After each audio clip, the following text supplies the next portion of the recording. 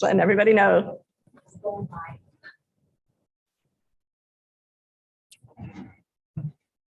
Hi, Tom.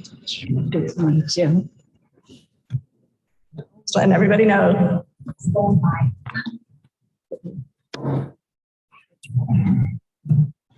Hi, Tom. Good to meet you. Just letting everybody know. Well, I will. We'll go on. Live now.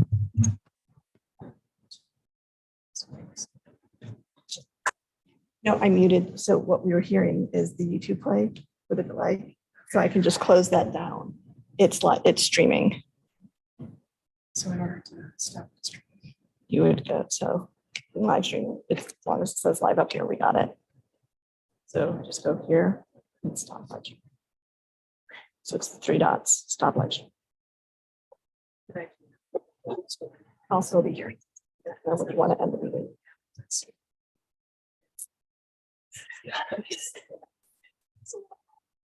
Yeah, this is the time of day.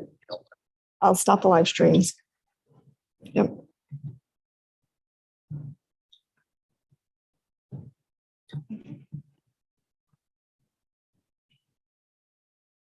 I'll stick around until. hi, Tom.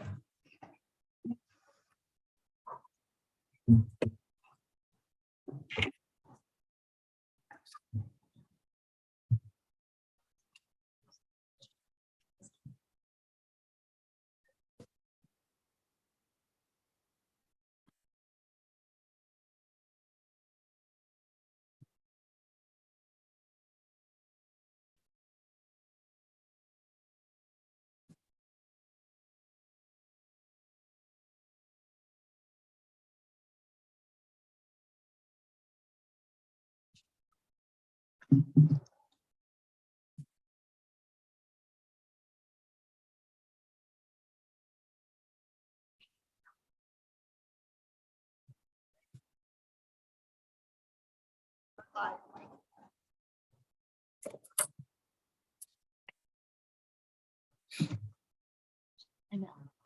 Hi, Nice to meet you. Nice to meet you.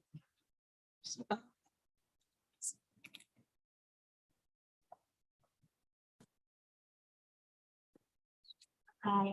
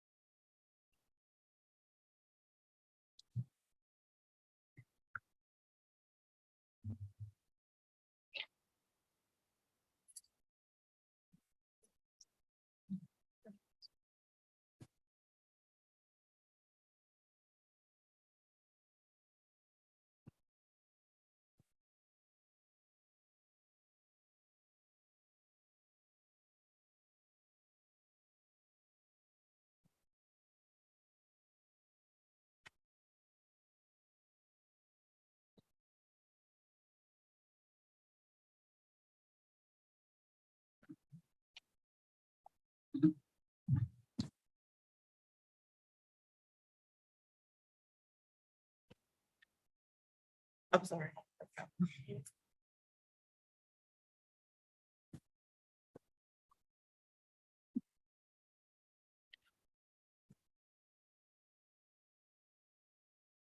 The battery's dying. I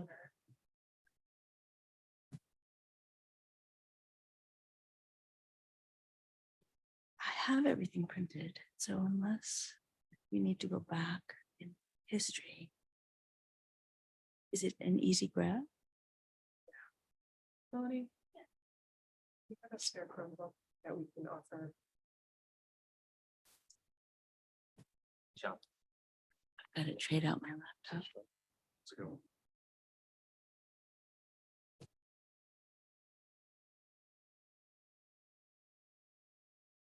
It's extra.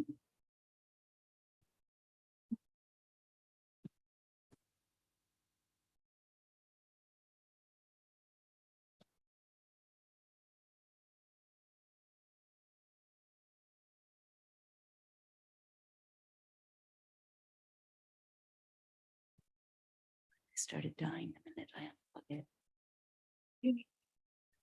Power shirts. I didn't bring it because I thought that would be useful, to me, but I do have everything.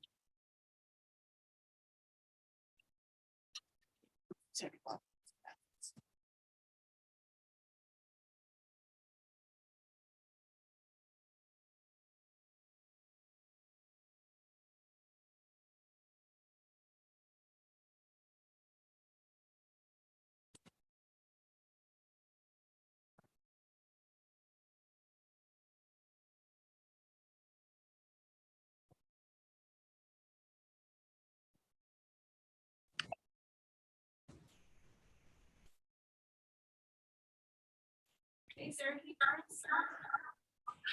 Hi, I can. Can you hear me?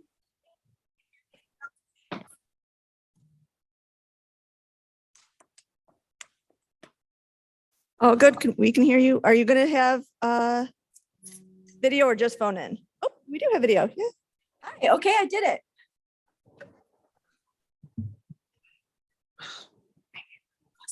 it. People are waving to you. Hey, everybody.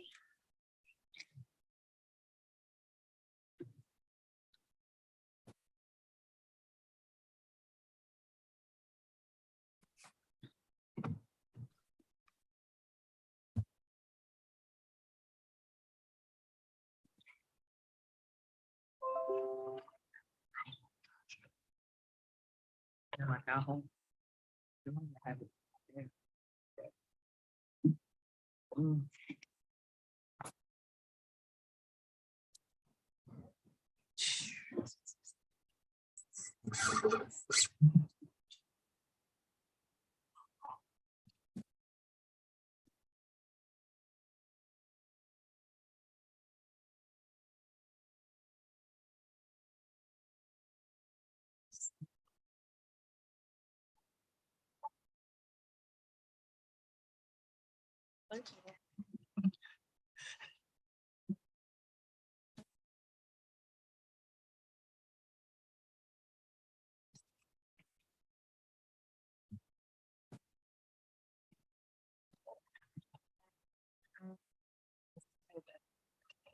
Judicious.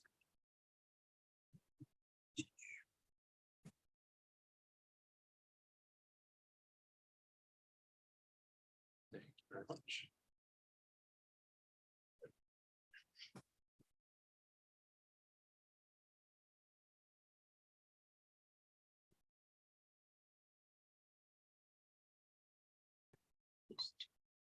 Oh, yeah.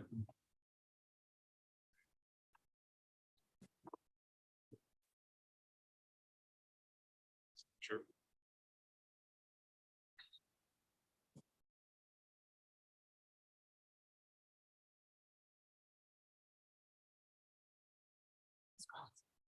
Hi, I'm Nice to meet you.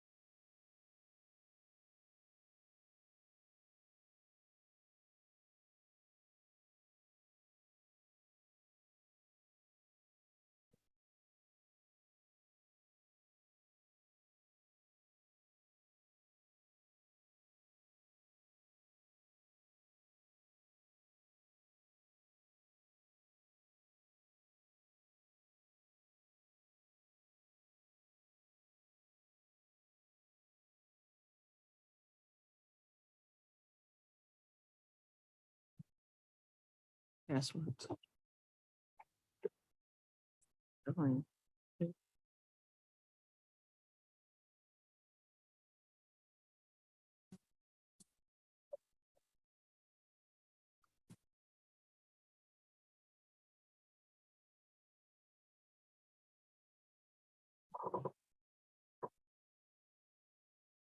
Change mine too.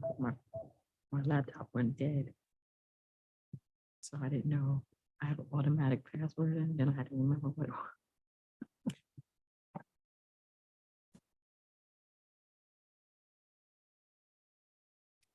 We plugged in the whole time and that's my fault.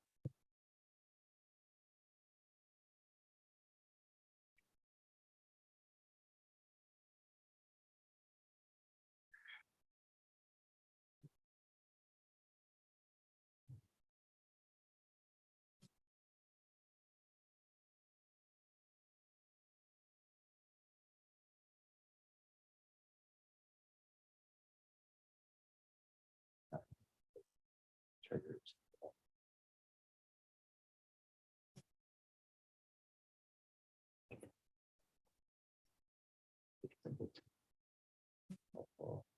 Sorry. But if not, everything's. Yes. I, it, yeah. Or we could ask Alan. It's be done tonight.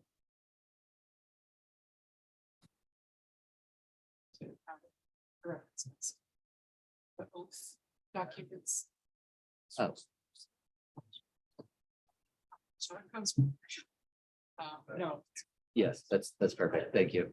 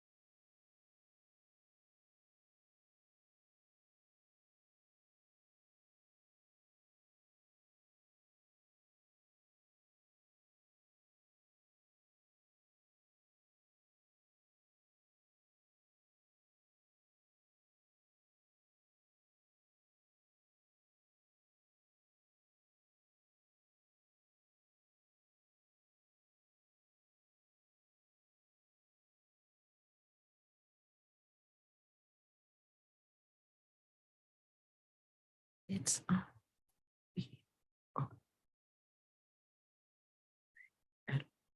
well, it should just be here. Priority. Oh.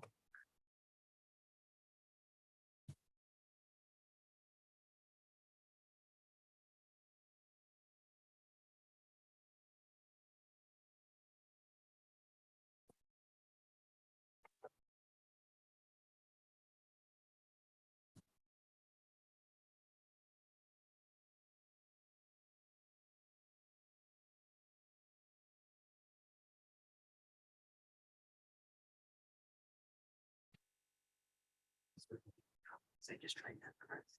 Lock this out. I don't know why. Normally it's in fire.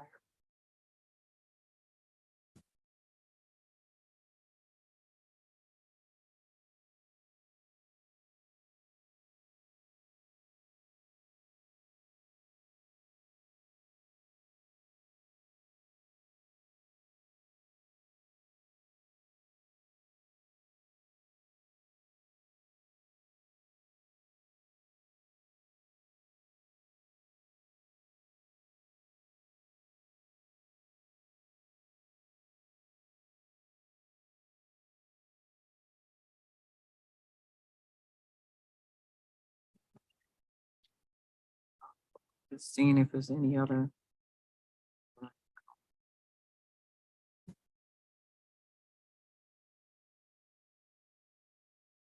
Let you know the mics are live. Good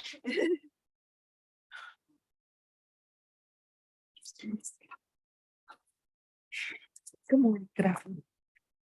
This is prior being right.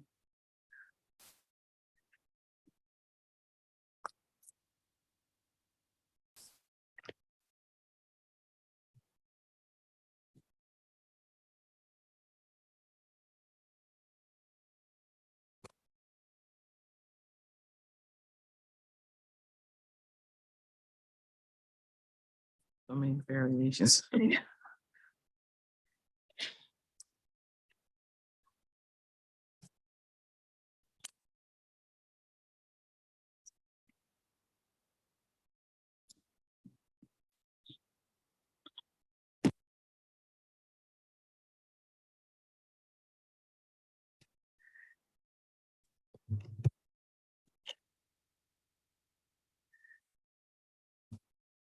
Yep.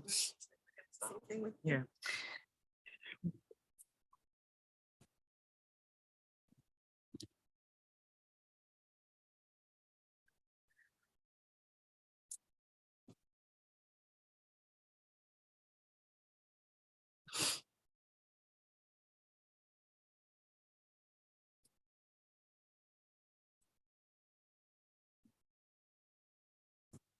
Thanks.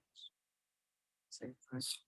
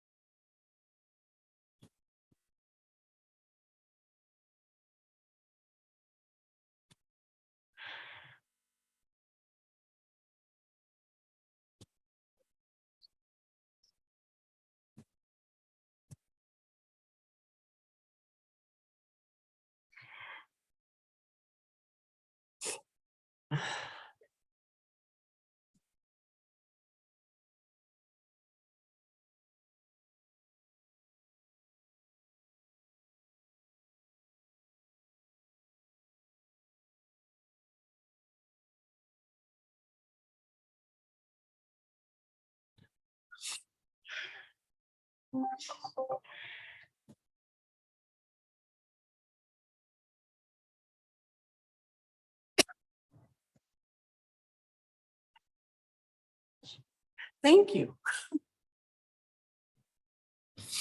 Would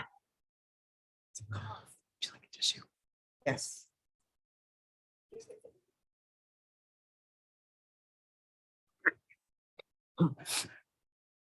Ah. Not a good allergy. So these are clean, even though they are wrinkled.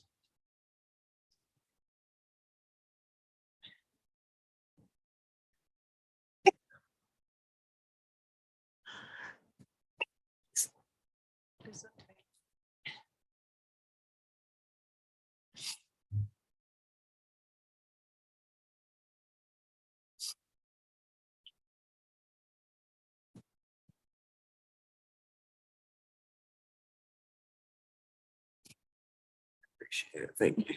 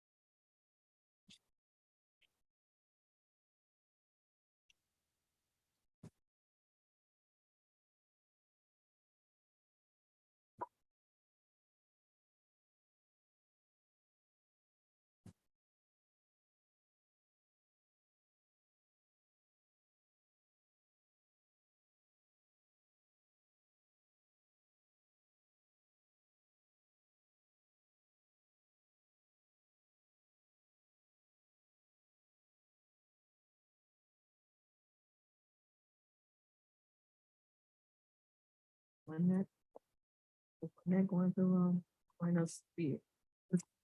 Uh, Sarah is, I don't know, other than that, I haven't heard one way or the other.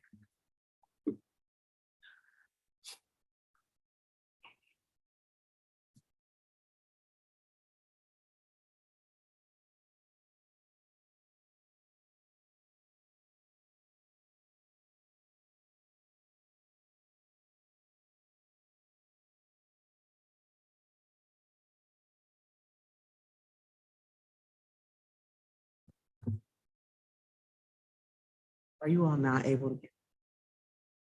A couple of people are, yeah. No, I was able to get it. I was gonna help some, so I didn't know if you all.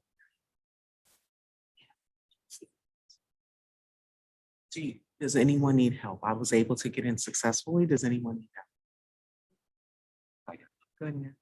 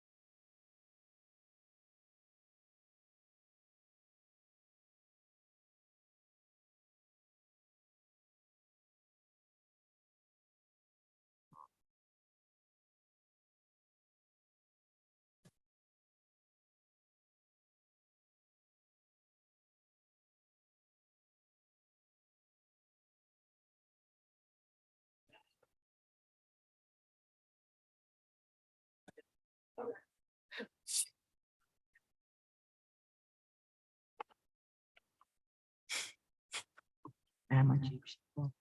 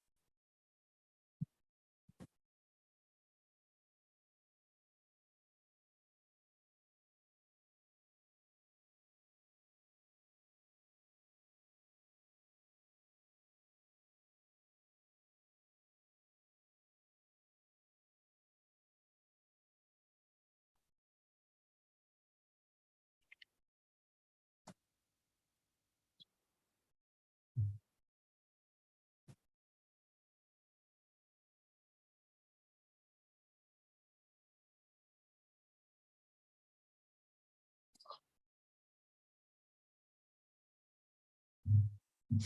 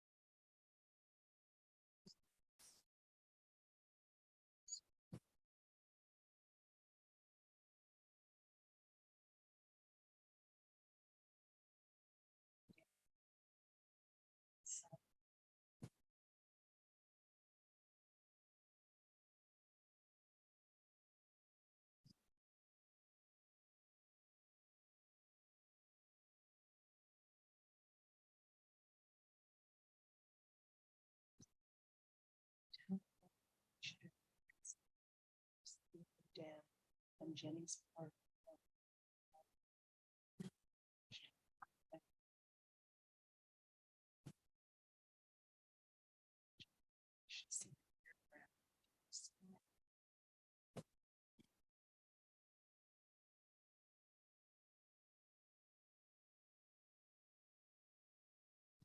Oh, good stuff. Apologies. We apologize. I thought you guys started the meeting already. Okay, hello, everyone. I'll call this meeting of the Albany Public Library Board to order. We have 7 trustees present in the room. Trustee Sarah Masinski is joining us virtually. Hi, Sarah. Did you send the link to Lynette? And no, I haven't heard from them one way or the other.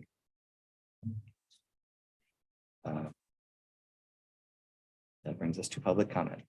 Is there any public comment?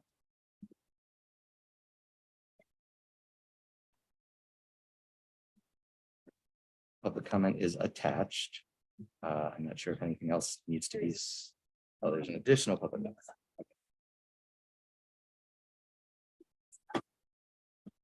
Oh, hi, I'm sorry. No one informed me. Would you like to come up to the microphone for the live stream? Thank you.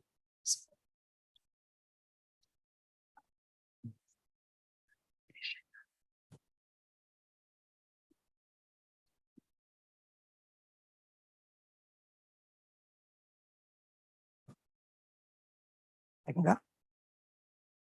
Hello, everyone. Thank you for allowing me to share a few words. First, I would like to say thank you to the Board of Trustees. I know it's a lot of work. Thank you. Thank you to the staff, because I know that's a lot of work as well, and you certainly are appreciated. As a former trustee, I just had some comments in regards to the last meeting that I watched, and I found it to be very disgusting, for lack of a better word. And I think especially due to the unprofessional behavior that I witnessed, I was actually surprised, because I know that board trustees and staff certainly have performed much better than that. And it just caught me a little bit off guard.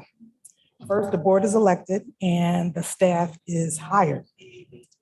Unprofessional behavior, disrespect to the board of trustees, again, is unacceptable. I would expect that that would be reflective in performance appraisals. Seasoned trustees, I feel here, should certainly encourage support. Trustees, staff, legal counsel should not try to bully, single out, demean, or try to devalue other trustees or even staff. We have to get it together, folks. Diversity and inclusion. Those are action words for me, not just nouns that you just say just because. And this is a time where we have the largest representation of African-American on APL board ever, right? And it just boggled my mind and really took me aback to really watch that meeting, because I served 2 terms here, and I know that trustees can do better, and I know that staff can do better. Sounds you just say, and we can certainly work on this. We don't always agree. You're not going to always agree, but I certainly say to the new trustees, please stand your ground, continue to go forward. Don't be disheartened. Speak up when you need to speak up. I remember being on this board, and a lot of folks wanted to close North Albany Library. All these reasons, even management, the director, the assistant director, legal counsel, and I stood my ground because I didn't think it was right. They gave me all these other excuses, Hope 6, all these other things. I stood my ground, and that library is still open today and remodeled. I had a great trustee, Matthew, and I miss, he supported me, and other people came around, supported each other. So I know it can be done. Not going to always agree with things. That's just the way it is. But really alienating people, singling them out, and that behavior is just unprofessional and unacceptable. And I know you can do better, because I sat where you were. I know you can do better. I do expect better. So again, thank you for your time, letting me speak. Thank you for your work, because I know it's not easy. So I'm not just up here saying whatever, because I know it's a lot of work on all sides. But and thank you for holding down APL, and you certainly are appreciated. Thank you. Is there any additional public comment? With regard to the public comment that I did, that's going to be redacted and related after conversations with Attorney Bach. So we will work on that. On for consent agenda. Consent agenda.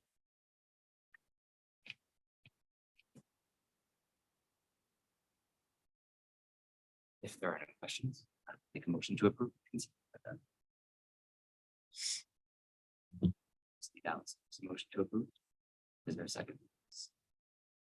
Seconds. Is there any further? Favor of approving? Opposed? Hey, Tom, could you speak in the microphone closer, or you're breaking up a lot and it's hard to hear you.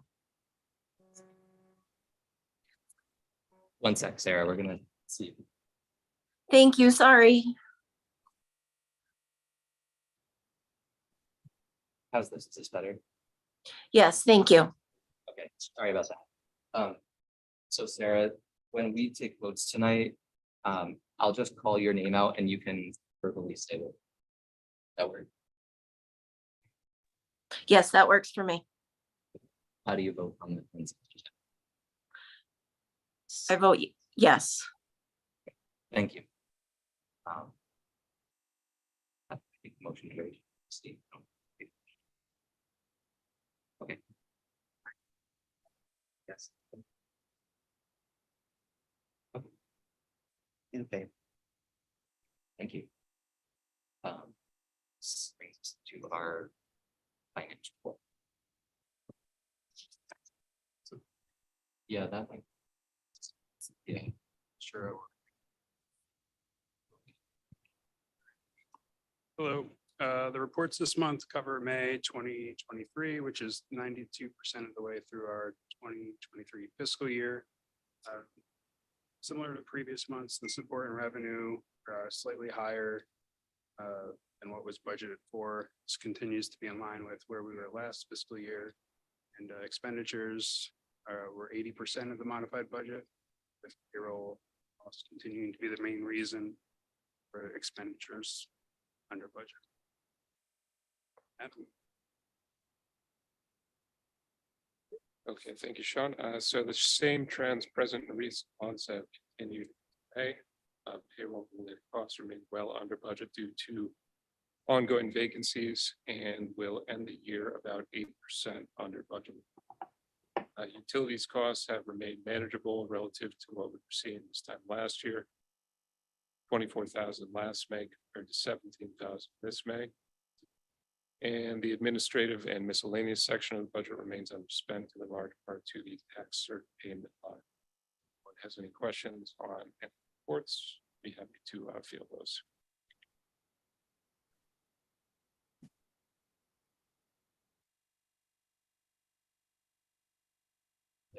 For John and Adam.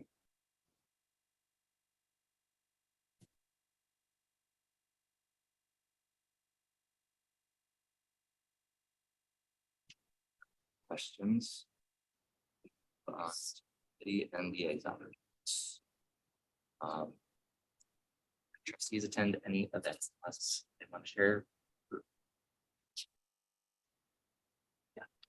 Yeah, so this past month, I went to 2 events. The first one I went to was Judging a Book by Its Cover, the designs of Phil Pescuzo. So we're pretty lucky that in this region, we have a, for lack of a better term, like a preeminent graphic design artist. And so we gave a really fascinating talk that was well attended and a really engaged conversation after. That was at the Pine Hills branch. And I also had the opportunity to attend the APL summer celebration at Delaware.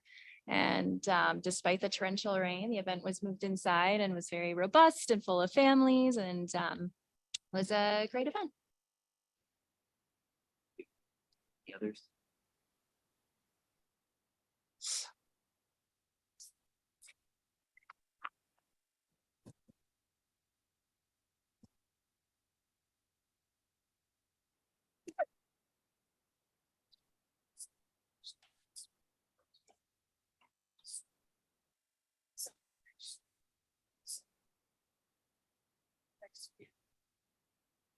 Awesome, thank you.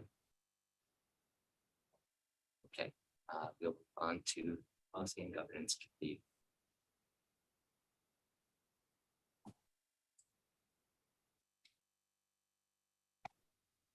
Policy and Governance Committee met again June 20th to discuss our recommendation for the bylaws and to review the full bylaws.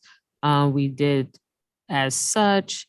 We have a notice attached that after speaking with Attorney Bach, there needs to be just 1 or 2 items taken out, and that notice will be resubmitted to the board. And yeah, that's pretty much it. This will be a birthday. Sorry, I'm just. Okay. So agenda item 5.3 is overview of upcoming committee meetings. Does anyone have any committee meetings scheduled that they want to share?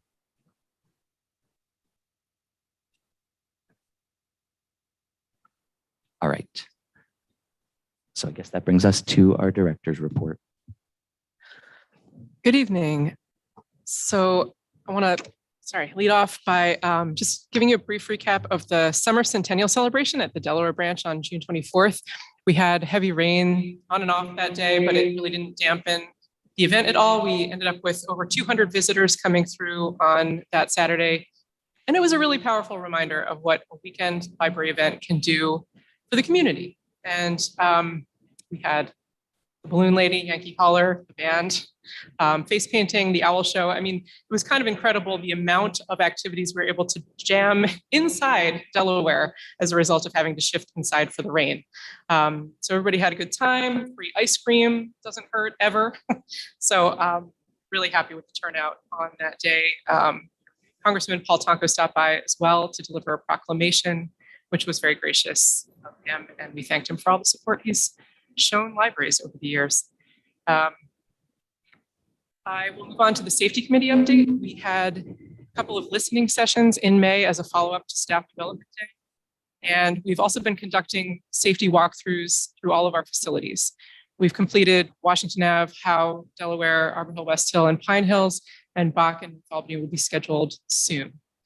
In terms of statistics, I wanted to note that we've been comparing overall program attendance from June 2019 to June 2023 year to date. And while our program numbers are still lower overall than they were in 2019, they're really close to those 2019 numbers, despite our overall door count numbers being about half of what they were in 2019. So that also speaks to the value of programming to get people in the doors and connected with library services. The summer reading challenge is of course on, and we've got hundreds of signups for the summer reading program, an ever popular activity for kids of all ages. We have also started the Arbor Hill West Hill window tinting project, which is now in process, determined. And that's, as a reminder, a tint for the windows so that the sun glare doesn't come in and hurt the materials, and so that staff can actually see what's in front of them at the service desk. So that is the process. So I wanted to mention, any questions about my report? I have a question. What Yes. happens in a safety walkthrough? We use the workplace violence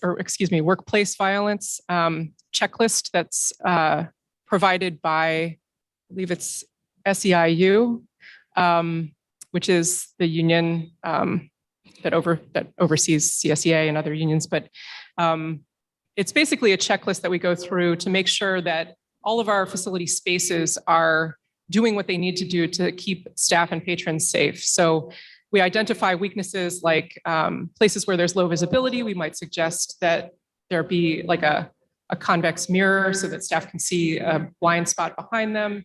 So things of that nature come up. We also look at the exterior of the building. We look at nooks and crannies where we might have had problems with patrons or people just kind of sleeping overnight, so that we can check on those places before we open and such. So those are some of the things that come up in a workplace safety walkthrough. Thanks. And we work with the facilities team to address those issues and other departments as they come in. Trustee Pryor, I'm sorry, I'm probably a little behind times there. I don't know if we ever addressed the other public comment that we had last month in regards to the facilities of the bathrooms. Did we ever respond to that public comment? So I raised that issue with the head of facilities in our follow-up meeting after that public comment was shared, and we can't reconfigure that bathroom for public use in a quick and like cost-free manner. So it does bear more consideration, but it's something that we need to continue to look at because the bathroom issue here at Washington is a pressing issue. Trustee West, so now that we're in a new fiscal year, I'm assuming, and I believe, we have a contingency fund, is that correct? Or something similar? Would we be able to use those funds to work the restroom situation out? Because I think that it's pretty pressing. It is something that we need to schedule in. There are other projects that are taking priority over that project at the moment, having to do with the safety and health of the building. For example, a pipe renovation project in the Washington Avenue basement that relate to being able to function. So some of those things need to come first, but it is definitely something that we continue to focus on and try to figure out a way to address it in the nearer term if we can. Were the previous projects that you just referenced, are they already accounted for in the budget? Yes, there's a 5-year capital plan, and sometimes things move around within that plan. So it is something that we can continue to try to reprioritize. But like I said, there are other things like the LED project that are already in the pipeline that we need to front money for in order to get the grant reimbursed. So it's something that we will have to look at scheduling in, and that's what we'll continue to do. Thank you. Thank you.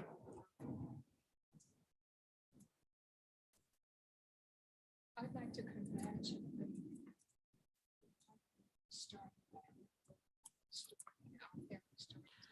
Arlene, I can't hear you.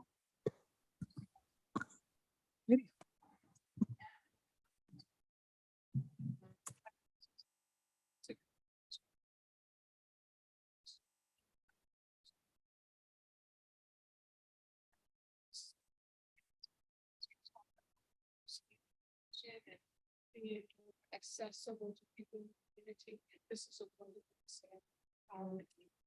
So thank you, staff.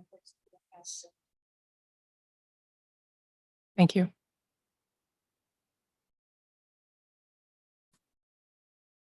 All right. If there's no more questions on the director's report, do you want to talk about the informational memo? Sure. So I'll shift your attention to that informational memo, which is about switching from Google to Microsoft. So we've been operating within the Google suite for years now. It lacks security. It lacks a lot of the things that we would like to see that are detailed in this memo by the head of IT, not just security. But this is a switch that's been a long time in the making, and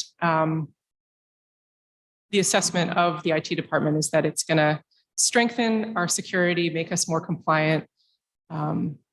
It is a product that's specifically designed for businesses as opposed to Google Suite, which is really designed for businesses. And it has a lot of threat protections in it that the Google Suite does not have or does not make explicit enough for our liking. So this is a process that will be sort of over the course of months, and our IT department is already building out a SharePoint, which is the Microsoft 365 speak for a shared drive, essentially. So all of the board materials that are not contained in Board Docs, but that are in your shared Google Drive will be moved and migrated over to the Microsoft 365 product, and you'll have help along the way. I also encourage you to reach out to our IT manager, Jim Simpel, if you have any early questions about how this is going to work or look. He can provide you with videos and other training materials, which are also linked to in this memo. So change is a little scary sometimes, but we're optimistic that this will be a better system that will serve our organization a lot better than Google Suite.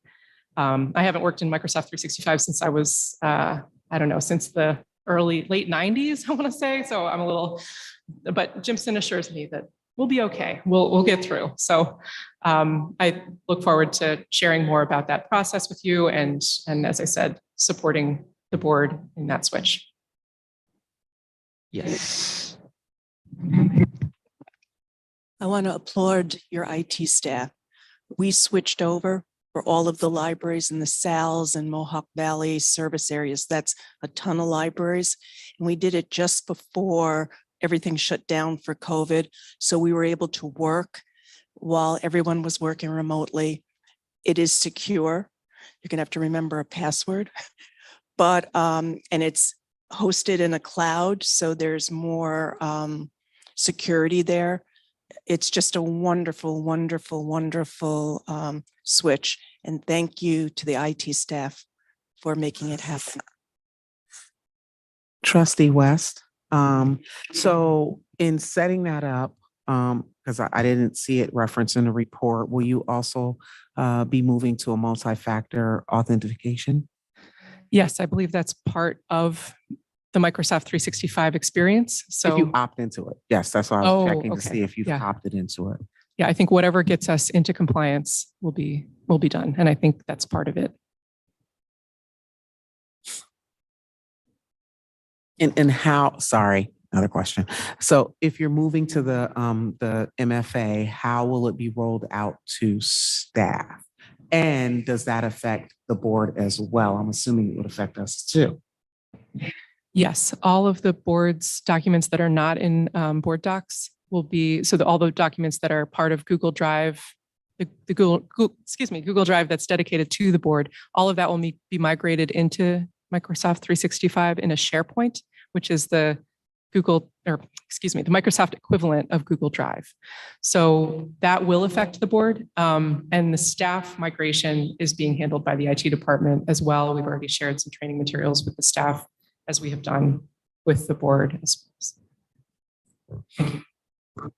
And eventually our emails too, right? Like we'll be logging into a Microsoft login rather than the Google login. Yes, that's correct. Okay. So I was actually referencing that side of it for the training, like so it sounded like you just said that are there email correspondence coming to the board regarding our emails? How long does that process look like it's going to take? And when can we anticipate changing over to the new emails? The plan is for it to roll out this fall. And so it should be fairly seamless in terms of the content of the email accounts just rolling into the new system. But I would be more comfortable going back to the IT department and asking some follow-up questions on your behalf, or you can reach out to Jimson directly to ask any questions you have about the way that it will look. I think he can share some videos. Yeah, it'll definitely be a learning process, but he's going to make this seamless for us and for you as possible. I have a question. So what's the reason? Why are we changing suites altogether? It's my understanding that the Microsoft 365 overall product is more secure than our current Google Suite product. So it brings us into better compliance with standards that also protect us from viruses and outside threats. So that's the bottom line, kind of, the main reason. Is this the item we're voting on? No, this is just an operations thing.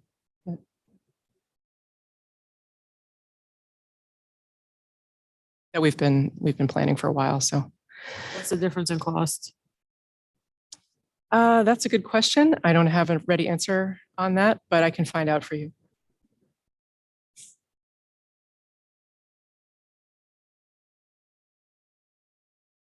Any other questions?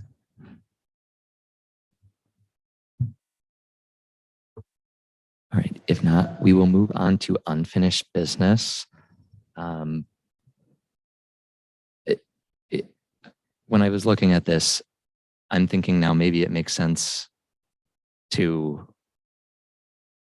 since we're running a little late, we could skip the unfinished business this month and put these back on for next month, unless there's a burning desire to talk about them now.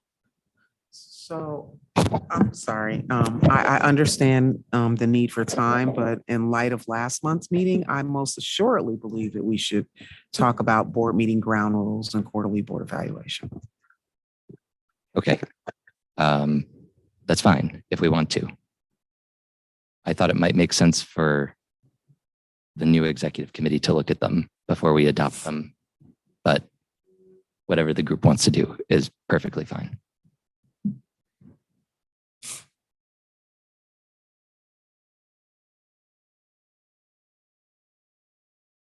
But I mean, these are the rules that we came up with as a board. So a new executive committee really wouldn't be changing it. That it's still going to be the same people looking at the ground rules and discussing them and adopting them. So I don't think a new executive committee is going to too much matter. All right. Well, let's take a look at the quarterly board evaluation then.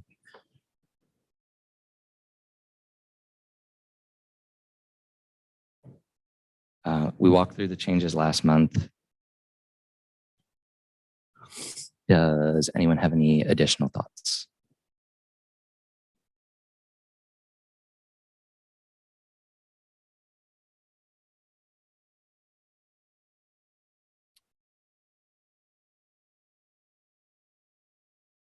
Would anyone like to make a motion to approve them or to approve the evaluation document?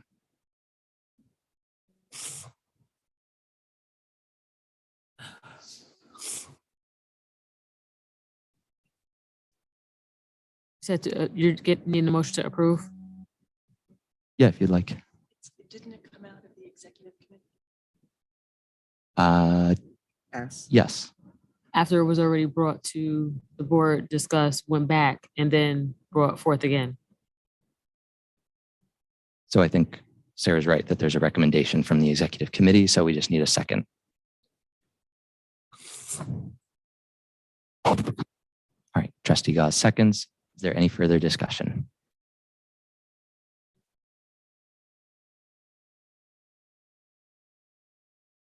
All in favor of approving the quarterly board evaluation? Aye. Aye. Sarah, how do you vote? Aye. Any votes against? Any abstentions? Motion carries unanimously. Board meeting ground rules. So this was also, I think, coming on a recommendation from the executive committee. And we talked somewhat about it last month. Is there any other discussion on this document? I just wanted to ask the changes that we recommended as a body last month, have they been incorporated into the document? I think that Paige had offered a couple of changes. Trustee Barnum, sorry. They have not. I don't recall if the executive committee was asked to do that.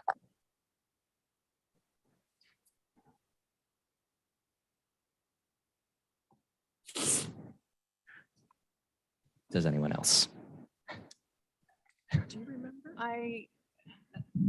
I recall, I feel like we revisited some of the track changes on there and that I had suggested. I don't know that we adopted any of them, or not adopted, but like we're like in agreement, let's make this change. Admittedly, I don't recall, and I'll forewarn you, if you keep asking me, I'll keep tweaking it. Yeah. I'm generally fine with it now. I don't know that, but I'm also amenable to, I don't want to keep kicking the can down the road. So if the consensus is let's approve it, I think this is generally productive. And I would be fine with it. And I actually agree. I'm believing that the proposed ground rules is a fluid document. And as a fluid document, the board, if we see fit, can approve it now, knowing that, there may be changes to come down. So I agree with that too.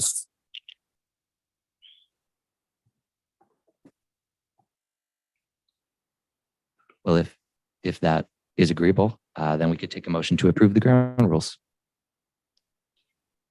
Okay. Sorry, we'll take a second to approve the recommendation from the executive committee. I second the proposed ground. I second the motion for the proposed ground. Trustee West. Thank you. Is there any further discussion? All in favor? Aye. Aye. Sarah, how do you vote? Aye. All opposed? Abstaining? Motion carries unanimously. That brings us to our items of new business. First is our capital project funding request. So as you'll remember, Jimson and Adam Firebaugh presented at our meeting last month. And the document you see attached here, I believe is the same as what was presented last, everything, the numbers and everything are unchanged, right? Correct. Okay.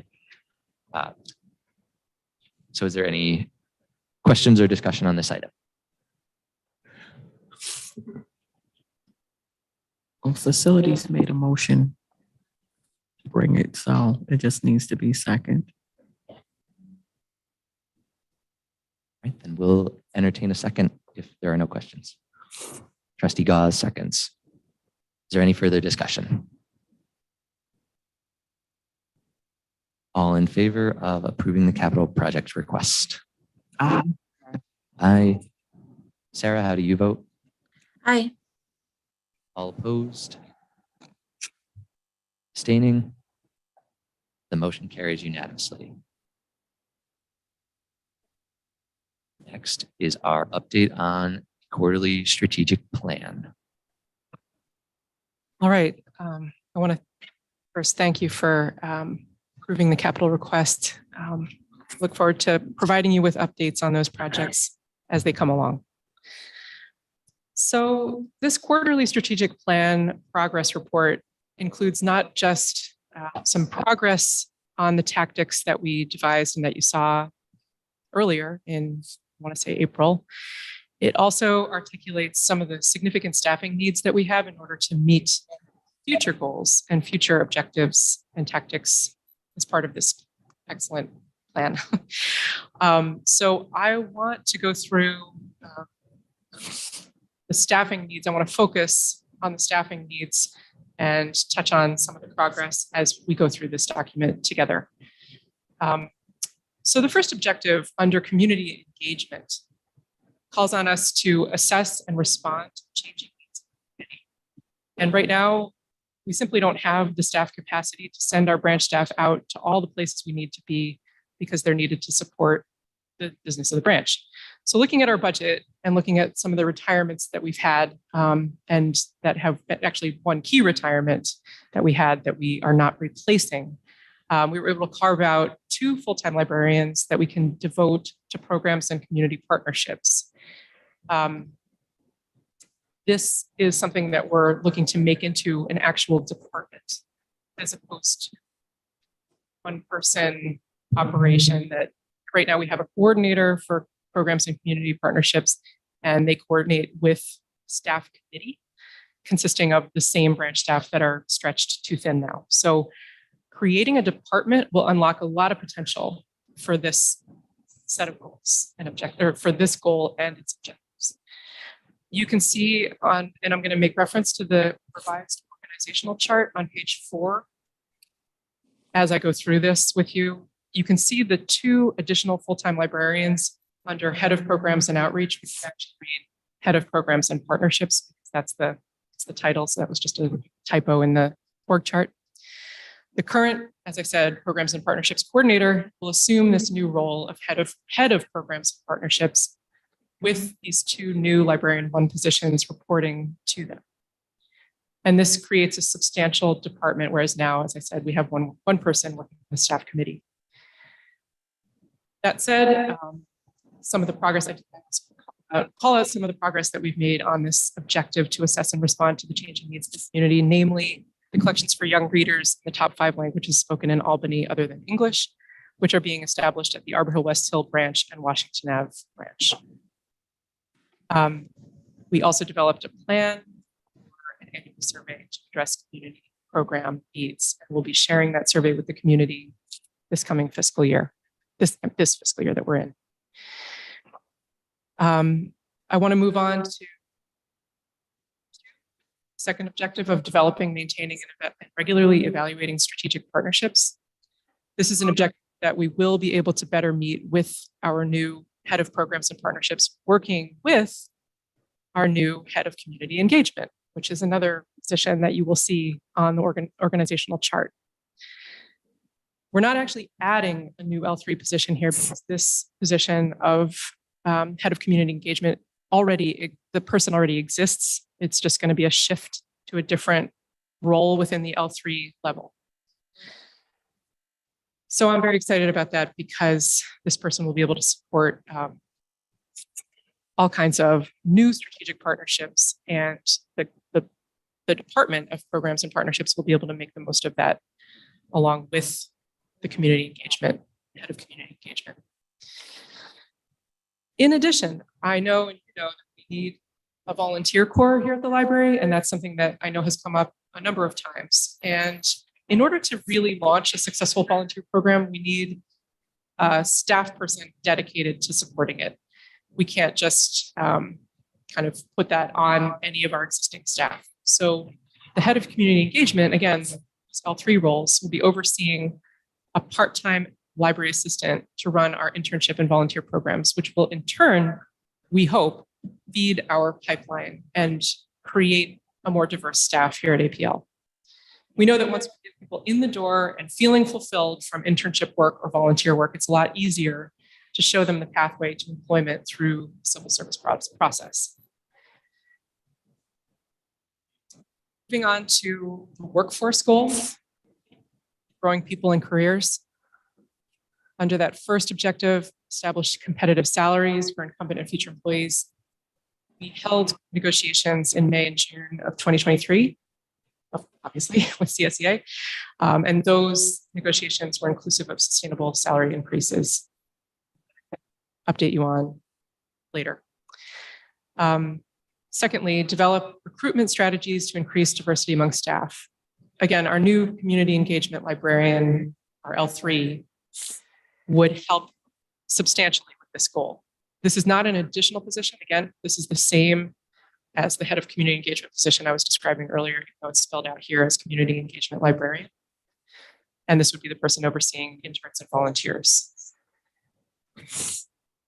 Some of the related progress to developing recruitment strategies to increase diversity among staff are eliminating those civil service exam fees, which I know I've called out a couple times, and launching the Digital Navigator internship program. We already launched, excuse me, that's continuing this fall. We launched it this past year. So it's been successful and we want to expand it. And that third tactic, developing a process to evaluate staff engagement, staff satisfaction, or job satisfaction. We, again, are going to roll forward with that staff engagement survey conducted annually. Under diversity, equity, inclusion, and access, that third of 4 goals. The first objective is to strengthen recruitment, retention, development, and training practices to ensure that staff reflects the diverse community APL serves. And what we are looking to do is reconfigure the assistant director position to oversee onboarding, training, and professional development for staff. So this would be a fully realized position dedicated to those important steps that come before someone even hits a desk at a branch.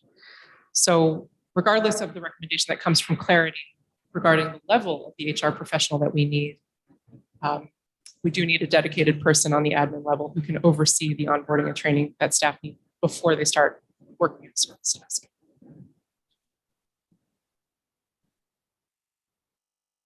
That said, some of our progress on this particular objective include successfully recruiting diverse candidates for clerk, community engagement clerk, custodial worker, and library assistant roles, and actively working with Clarity to develop a strong staff training program.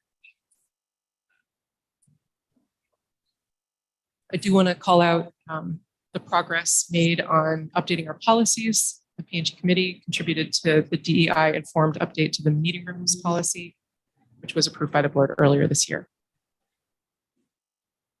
We also need to continue to work on accessible needs in the community regarding DEIA, expanding our marketing strategies to reach underserved groups. And we certainly have some ideas on tactics that will serve that objective that I'll be sharing in the near future. And number 4, ensuring that programs, presenters, and materials reflect the diversity and interests of the community. Again, an additional capacity within the programs and community partnerships coordinator role, which actually will be the head of programs and partnerships, along with those 2 new librarians, is what we'll need to unlock the capacity to make the most of that objective. So it takes time to identify diverse presenters. It takes time to nurture relationships with the great presenters we have in this community, including by enhancing bilingual story times and things of that nature to reach different strata of the community and different languages spoken in the community. And that's what we intend to do with this role. And finally, on to sustainability, I think I'll zoom ahead to the 3rd objective in that particular category, fostering professional development of staff and volunteers through their service experience. We're again reconfiguring that assistant director position to oversee the onboarding, training, and professional development goals that we have on staff. I think, an important part of that for anyone who is serving the public, including future interns and volunteers, is de-escalation training and support in the sense of preparing them for what to expect in the library environment. We know from a lot of experience that de-escalation training goes a long way to helping staff feel safe and be safe in the library, and better serve our customers, our patrons, of course. So that's kind of the big picture of the new staffing plan and how it's going to help us meet our strategic plan goals, which with the current arrangement of staffing, we're nowhere near being able to meet. So this plus the proposed changes to APL service hours, which I know we're going to talk about later, will truly be transformative for the workforce and for the community. And I really believe this. And we're looking forward to unlocking the resources we need to achieve these goals. So thank you for listening. If you have questions about the new staff arrangements.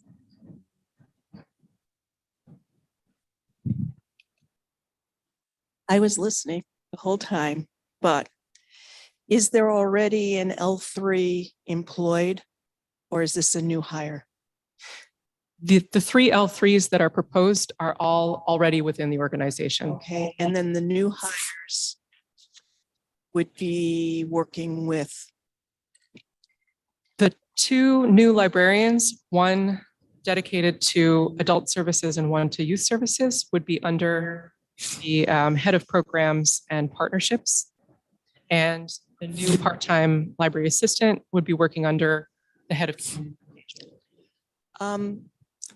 I would recommend, if it's possible in the hiring process, that you look for people who are bilingual. I don't know how many people on staff are able to speak multiple languages. Thank you. That kind of skill is welcome. So are we going to have 2 L3s or 3 L3s going forward? 3 L3s. Okay. So I have two quick, well, one quick one probably involved one. So the first one is, have you thought about possibly hiring a DEI person or an EEO person? I think that I kind of envision that as being part of the community engagement, the L3 for community engagement. We can't afford to hire a new high-level person who is devoted to that exclusively. And I think that we would gain more overall by having that priority shared among the L3s that are going to be in really influential roles in this organization. So then it sounds like the L3s would need to have training because it's not, so DEI is not something that would be included in training as an L3. DEI training is intensive. It's not just, breaking off a piece. It's really like consistent training that is whether it's monthly training, whether it's however long it is, it's consistent. But that rolls into my next question because we were talking about the L3s. So in your report, in the memo, we were talking about not being able to have someone to actually that's forward facing to the community to go out and work with the strategic partners. And we're thinking that it would be an L3 that would do that, or maybe I don't understand what a librarian 3 does. So I think that I'm looking at the two positions a little bit differently. I'm thinking that a librarian 3 is more or less focused on the inner workings and what's happening inside of the library, but someone that's a community engagement person that will be over like a community engagement clerk, they would be actually focused on, meeting with the community and meeting with volunteers and partners and things like that. But I could be wrong, so I'm asking. Yeah, can I address that? Yeah. So the L3 role is a civil service role, which of course you know. It is also management confidential, and the librarians who hold those L3 positions, a huge part of their work is being in the community. They haven't been able to be as much in the community because of the current duties assigned with those roles. So this shift would actually prioritize that community work and the engagement work that would lead to a robust internship and volunteer program and more robust outreach. And there's a long list of places that we want to be in the community that I want to outline later when we get into the hour stuff. But there's a lot that we're missing right now. And the enhancement of a community programs and partnerships department will really take us to a new level in terms of saying yes to those community groups that invite us to be part of, you name it, going on in the city. So that's the intention. And to your point about DEIA training, absolutely, it's training that is never done. I think that that the individuals who are going to be in different L3 types of roles, they've all been through. I guess the board took the leadership team through a DEIA training and had a whole DEI plan that was put in place several years back. But it's work that is never complete. We're always learning new things, and I would invite recommendations as far as what's the newest, latest, best type of awareness training that we can bring to the organization, because it is a priority. And so will the librarian 3s will an effort, so we're saying we're not hiring new people, we're using the people that are here. I love what you said, Trustee Dallas, about being bilingual, multilingual, because of the refugee populations we have here, just the different ethnicities that we have and languages in our communities. I'm curious to know, do any of those librarian 3s that are currently here, because it sounded like you said that we weren't hiring new people, do they speak more than one language, and B, are they reflective of the communities that they're going into? Because that takes a sensitivity, that takes cultural sensitivity to understand the communities you're going into and understanding their needs and how to even approach those communities in order to present the library as engaging and as a place for them to want to be, in a place for them to want to partner with. I hear you. I think that I think that they possess the skills that they need to have that sensitivity, the cultural sensitivity that's required to make good connections. One of the L3s that would be the L3 for community engagement has years and years of experience building such relationships and actually was instrumental in mentoring a number of our branch managers in doing outreach work and building trust in community. That said, you know, we have to be in the business of cultivating allies. I mean, we are a largely white staff, and we are very aware of the fact that we don't reflect the community. I think we've all talked about the lack of diversity on staff in the past, and it's something that we're addressing through the support, the new support for this internship and volunteer program that we hope will reach a lot of different areas of the community and encourage young people and people of all ages to get engaged with the library and become those allies who can help build trust within the communities that we want to reach. Thank you. I have a couple questions as well in relation to the community engagement piece of it. So what does that engagement look like? Are these librarians going out, boots on the ground kind of a situation? How are these partnerships cultivated? Who are they contacting? Because it seems like if there wasn't already a connection being made, what is going to be the new connection or new process going forward, making a connection with community members? In some respects, the head of community engagement is going to be building out some of the partners that we already have. And there are places where we want to do more outreach work. Actually, one of those places is the In Our Own Voices organization that serves LGBTQ plus people of color. We also want to work more closely with the African American Heritage. Oh, now I'm going to get the name of the institution wrong. The museum. Cultural Center. Capital Region. Thank you very much. Forgive me for the mistake. So we would be looking to build out the partnerships that we would be growing more if we had the capacity. And like I said, the two librarians who are going to be under the head of programs and community partnerships will also be kind of boots on the ground in terms of going to events and representing the library and connecting people with library services, which is what we're not able to do enough of now.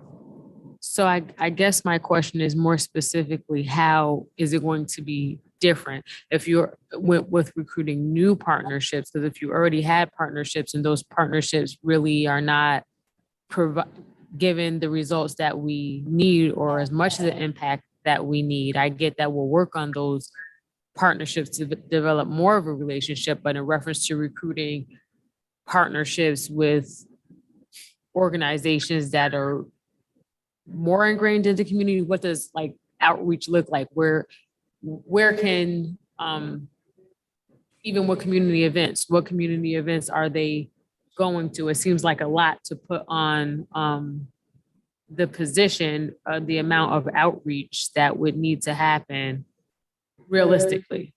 Like what community events are they going to? How are they getting out are they actually going into the underserved community? Not just speaking with the organization and saying, hey, let's have a program. Are you going out and speaking to patrons? Are these face-to-face interactions in reference to recruitment with actual community members? We're still figuring out a lot of it, and we're open to suggestions from the community, from the board about which organizations that we can and should be approaching or doing more with. I think that some of the areas like, you know, neighborhood association meetings that we're not able to make as frequently as we'd like to, or development meetings that are happening with respect to the different neighborhoods that are trying to make change happen. You know, listening in when there's something being proposed in Albany and residents have something to say about it, being there to hear what's going on and know what our residents want in terms of additional information and being able to look ahead on that. Those are some examples that I can think of just sort of off the cuff, but the main focus of this community engagement job initially will be looking at that internship and volunteer program and trying to revive it and make it make sense for APL in terms of the oversight of volunteers and interns at our branches and how we cultivate them, how we work with organizations to cultivate them. Some places have, volunteers that they're going to send out for a certain number of hours. Other, like the rules are different and the models are different from organization to organization. And we need someone to figure out how to like leverage those opportunities better, because right now we're just like, we keep saying no, in part because we don't have staff to actually oversee the volunteers, but also it's sometimes difficult to navigate the different models that exist and figure out how to make the most of them, how to make it a fulfilling experience for the people involved. I definitely get that. My only or one of my added nuggets would just be to consider that the areas that are underserved that need the most engagement typically do not have steady resources or opportunities where it's well attended, where you can get a big gathering and saying, hey, this is APL, this is what we do, we need you to come here, or X, Y, and Z. So it is more of a labor intensive, boots on the ground, speaking with residents and going to having those conversations with an engagement and having the community see you in the community is very important. That's my piece on that. Another question, how does this affect our budget? Because we went for the increase for staffing, all this. What do the numbers look like with these proposals?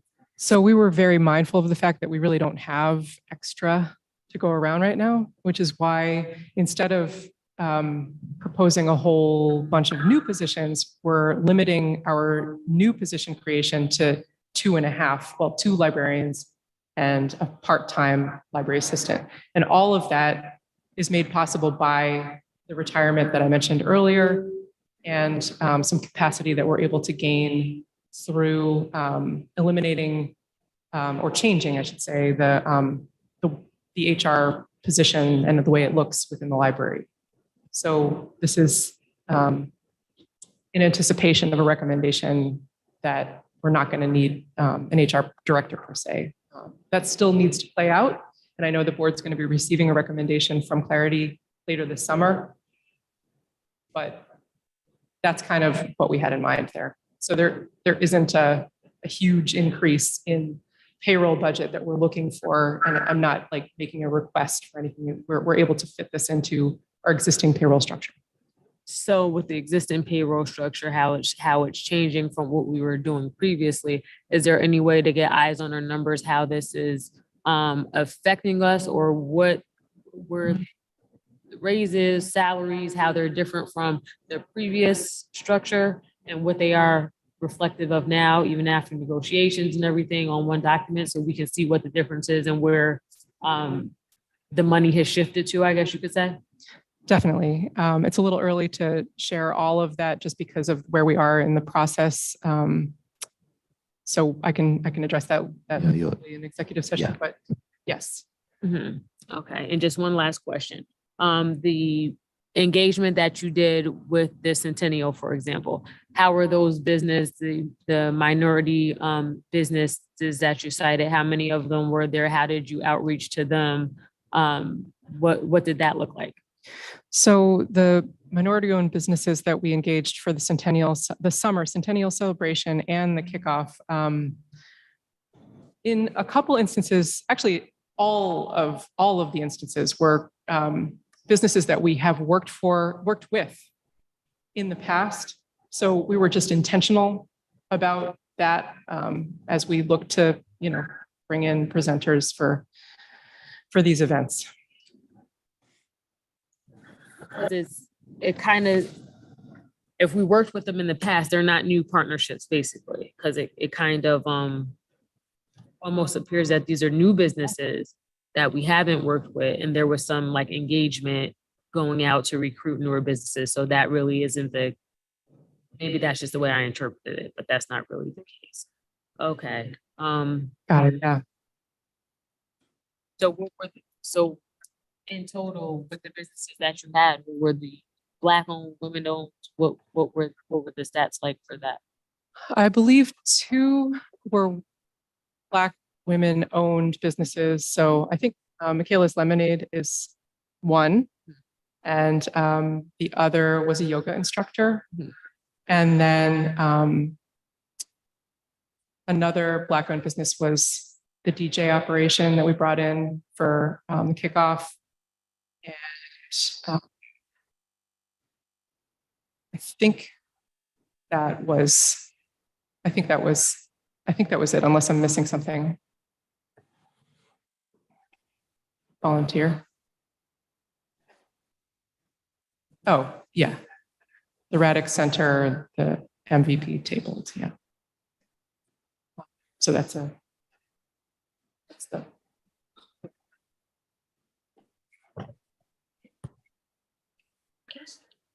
Can I jump in real quick? So I just wanted to jump back to the comments about reaching out to the organizations community-wise, and I want to appreciate that you're reaching out to In Our Own Voices.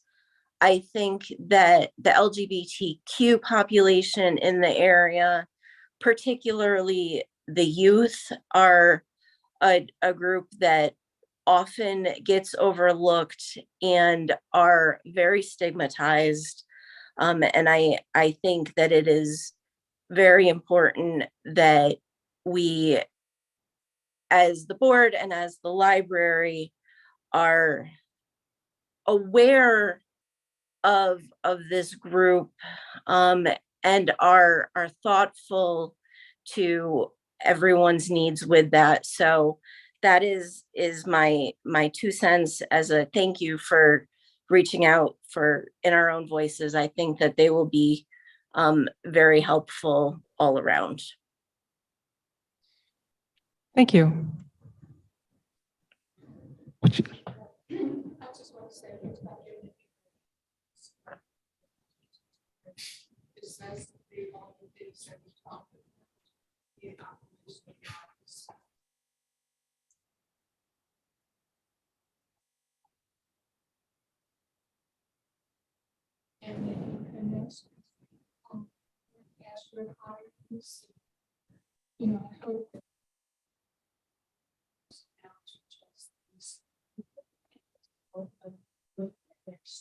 So how can they stay interested?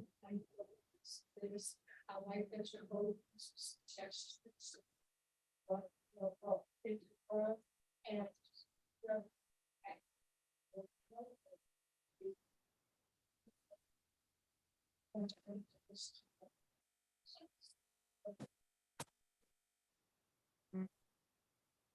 Definitely always open to suggestions. Thank you. Thank you all.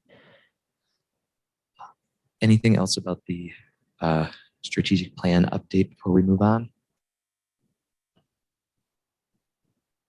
Okay, well, catch your breath and we can move on to the service hours proposal. All right, I'm ready. Let's do it. So we're going to keep talking about the strategic plan only because it relates so closely with this service hours proposal. The plan really, as I wrote in this memo, really inspires us to look at library use and community needs in a new way. We have to devote more staff resources to community engagement while also reckoning with budget constraints and a staffing model that is very thin across the organization, especially on weekends. So I also want to call out that we are not an outlier among American public libraries. There was a recent study that the Public Library Association put out called Public Library Services for Strong Communities. And it states that staffing is the #1 challenge that limits libraries' ability to offer programs and services. Others cited our funding, space, low attendance. So I just mention that because we are, unfortunately, in good company with other libraries across the country. So the solution lies in being creative with our limited staff and resources. And this hours proposal has 2 parts. One addresses Washington Avenue hours and what I would call right-sizing those service hours. and the other addresses Saturday hours across the district. By adding Saturday mornings and regular Saturday programming for youth and adults to our 3 service areas. So I'll start with the Washington Avenue hours proposal, which is on page 2. Over the past couple of years, as compared with pre-pandemic years, we've seen some big changes here at Washington. We have seen a drastic reduction in foot traffic from patrons who work in the area. So a lot of those office workers who used to come in on their lunch breaks are not coming in anymore to pick up items or are, preferring their home libraries. Meeting room use is also highest on Tuesdays and Wednesday evenings. We've seen an average over the course of this year to date of 50 bookings and events on Tuesdays and Wednesdays as compared with 15 on Mondays and 36 on Thursdays. That is far, far short of what we saw before the pandemic, but I will note that in 2019, the bookings were still highest on Tuesdays and Wednesdays in terms of the evening room use. We also have seen the highest number of violent incidents, both verbal and physical, occur here at our Washington Avenue location. Unfortunately, violent incidents are up 104% in January to June of 2023 as compared with the same period of time last year.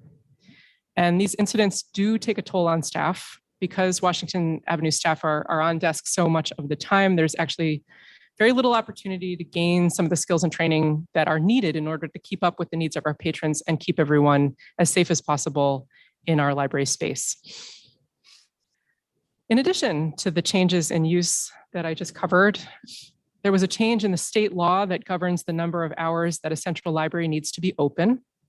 So instead of 55 hours a week at the central library, physical central library, it's 55 hours per week, including non-duplicative branch hours. So when we factor in APL's non-duplicative branch hours in the proposal, in the new hours proposal, we do meet with that requirement. So we're in compliance with the new proposal, just as we are in compliance now. We also found that our door count and usage has decreased on weekday mornings and on Tuesday and on Monday and Thursday evenings. So we're proposing 2 mornings per week and 2 evenings per week at Washington. And that brings Washington Avenue in step with our other branches and makes it possible to shift some staff to some need-heavy public service areas like the Albany Made Creative Lab, the local history room, which we are unable to open for any regular hours at this time. We'd really like to make more use of those spaces, and these proposed hours will unlock that.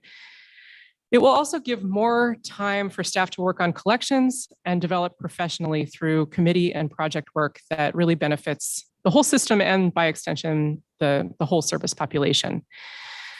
Washington Avenue staff don't actually get to meet as a team ever. Like, they never, ever get to meet as a branch team, whereas every other branch team does meet to talk about issues that are going on in the branch, to talk about any training that's needed to address just the morale really of the team. That's also affected by the fact that they don't get to meet. So it's an anomaly at APL and it really needs to be addressed. Friday mornings also become consistent across the system, allowing for much needed staff training and meeting time. And when I say Friday mornings become consistent, I mean, it would be consistent that all branches open at noon on Fridays instead of Washington being open 10 to 6 on Fridays. So that kind of encompasses the rationale for changing our Washington Avenue hours. I'm happy to take questions now, or I can address questions at the very end. Should I keep going? Yes. Okay. Saturday hours. So this is on, I believe, page 3 of your document.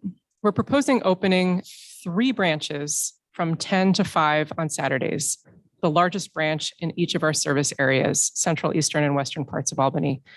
This is a huge change. I recognize this. That said,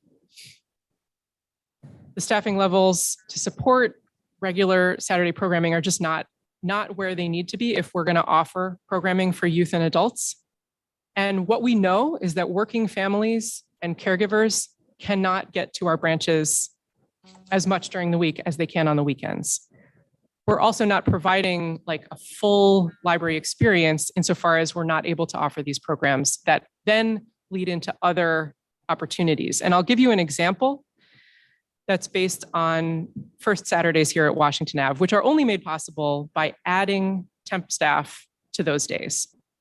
So we recently held an ice cream and dinosaurs party, and it was on July 1st. And historically, our First Saturday for Families programs have around 25 participants. We totally assumed that families were on vacation in early July, but we were totally wrong. We had families coming in prior to the program. We could tell pretty early on that it was going to be better attended than expected. And while we were doing the first part of the program, which was a story time, families kept on arriving. So in shifts, we had the families making ice cream, and we also had to run out mid-program for extra supplies, which is a great problem to have. We signed patrons up for cards, we checked out materials, and we handed out information regarding ongoing programming like summer reading, the Upper Hudson Library Expedition, the Centennial Challenge. This program would have been made a whole lot easier and more successful if we had had additional sets of hands in the programming room and at the children's desk, which are just not possible. So we missed opportunities, even with the enhanced staff. We missed opportunities to sign people up for ongoing programming and summer reading and so forth, because the desk was so busy that we can't like hand sell as much as we like to. And hand sell, of course, is like talking to individuals one-on-one about the books that their kids might like and doing that kind of great work, that the readers advisory work that our staff love to do. Some examples of other First Friday programs that have been successful here at Washington Ave: Family Drum Circle, Jan Brett Storytime, Library Goats. That was the month I arrived. I think that was live goats in the library. Getting Crafty, Happy Earth Day. There was International Music Day, fun with Indian music. So we're able to really get creative with weekend programming, and people show up in droves for this programming. So additional staffing on Saturdays also affords, in addition to affording this programming enhancement, it affords us the ability to send staff to outreach events throughout the community, meeting patrons where they are. And this would really be a game changer in terms of community engagement and saying yes to outreach events. And I want to just list out some of the events that we really can't be consistent about attending. And we know that consistency in attending these outreach opportunities builds trust in the community, that if you just show up one time as like a token appearance and you do like half a day with a table, it's not as good as if you show up every single year with a full table, fully staffed table from beginning to end of the program, so that you capture as much engagement as possible. So we had limited engagement at Tulip Fest this year. We've been completely inconsistent about daycare visits. We would like to make visits to Bright Side Up, which was formerly the Capital District Child Care Council. There are a lot of home-based daycares through that program that are isolated and that we could bring in or go out to. School visits that only happen in the spring. We would love to get to back to school visits. And of course, that would be during the week, not on the weekends, but that speaks to the importance of the programs and community partnerships department that we're building out. Play Streets, irregular attendance at annual Albany Latin Fest. We're not sure that we can make that attendance happen this year because we are strapped on the weekends. The Palace Theater Block Party, they offer to let us table at all of them, but we're only able to get to one. Movies Under the Stars. So partnership of neighborhood associations and Serve Albany through Pastor Jonathan. We help promote those events, but we're usually only able to table at one of them. And the list goes on. Summer story times in parks across Albany, story times at the pools, night market, farmers market, Sheridan Avenue block party, ACAP block party, senior housing, homebound population, newly arrived refugees and immigrants. All of these communities have events on the weekends, have events during the week that we want to be a presence at. So I am very respectful of the fact that neighborhoods and the library and the board of yesteryear fought really hard to get Arbor Hill, West Hill, Bach, Delaware renovated. These branches are critically important to their neighborhoods, and we are not proposing to compromise that by closing a branch. But what we are proposing is to open the 3 largest branches that have the capacity for weekend programming and that we can concentrate our Saturday rotation staff at in order to better serve the community. So that is the weekend hours. Yes. Sorry, that's Sarah and then Arlene. Is that okay? A lot of work, a lot of thought went into this. Charts are very, very helpful. The branches that you are suggesting, these hours, are they all on the bus line? People can get to these branches? Yes. Okay. And it's hard. Are you going to be evaluating this in 3 months, 6 months? I honestly think we'd have to give it more than that in order to see benefits. I think anytime you make a change this big, you really have to give it at least a year. And we would be wanting to do that to see what happens with respect to weekend events and programming and outreach, and make sure that we're meeting our strategic plan goals. And we continuously evaluate our strategic plan, tactics, progress along the way. So you would hear about this every quarter, no matter what. So that's what I would say about that. I have curiosity about Sunday hours at Arbor Hill, West Hill. Have you, do we survey people to see if they would come? I can understand that in certain communities, Sundays would be important because of religious observances. But I'm just wondering how it would work in West Hill and Arbor Hill because, Well, we currently offer Sundays, and that wouldn't change actually in the new plan. We would continue to offer 4 hours on Sundays at Arbor Hill, West Hill, making that branch available on weekends. So I think maybe, well, I don't want to say what interpret what she's trying to say, but what I was going to bring up is if there was an option between having a Saturday or a Sunday open in a branch, I would think that the Saturday would be the better option because people do have religious observances, particularly around this time between 1 to 5. So my concern would be that there would be poor attendance and it wouldn't serve the people in the community, as well as having a Saturday option being open at those same hours would better serve the community. That's one of my comments for that. I think that that's a very important point to take into consideration when we're weighing Saturday or Sunday. Also, I didn't even realize that North Albany wasn't open at all on the weekends already. So to me, I think that would be, that's a little bit problematic to not have a weekend option altogether in an area that's heavily populated and we don't have any other libraries, bless you, really in the vicinity. Most of the larger libraries are on the other side of the city. So there's not really a weekend option for those children there who, are literally right next door, even at a school. So I get having standard hours throughout the week when it comes to like Washington Avenue. You said, I believe it was said, you said Friday morning, having all of them open at the same time would be great. Actually, all closed. So all branches would be open 12 to 5. 12 to 5. On 12 to 6 on Friday. Wait, where are you getting that from? Yeah, 12 to Friday. 6. They're proposed. Page 2. So yeah, page 2, the Washington Avenue branch hours proposed. 12 to 6. Well, I mean, my only,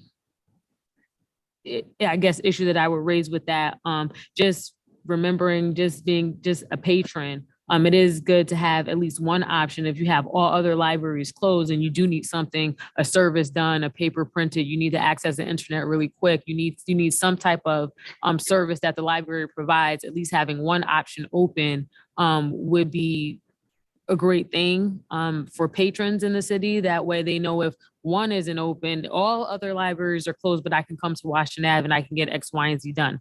Maybe the day would be the day for the staff maybe could come together on another day, just to still have that option for patrons to come in when all other branches are closed.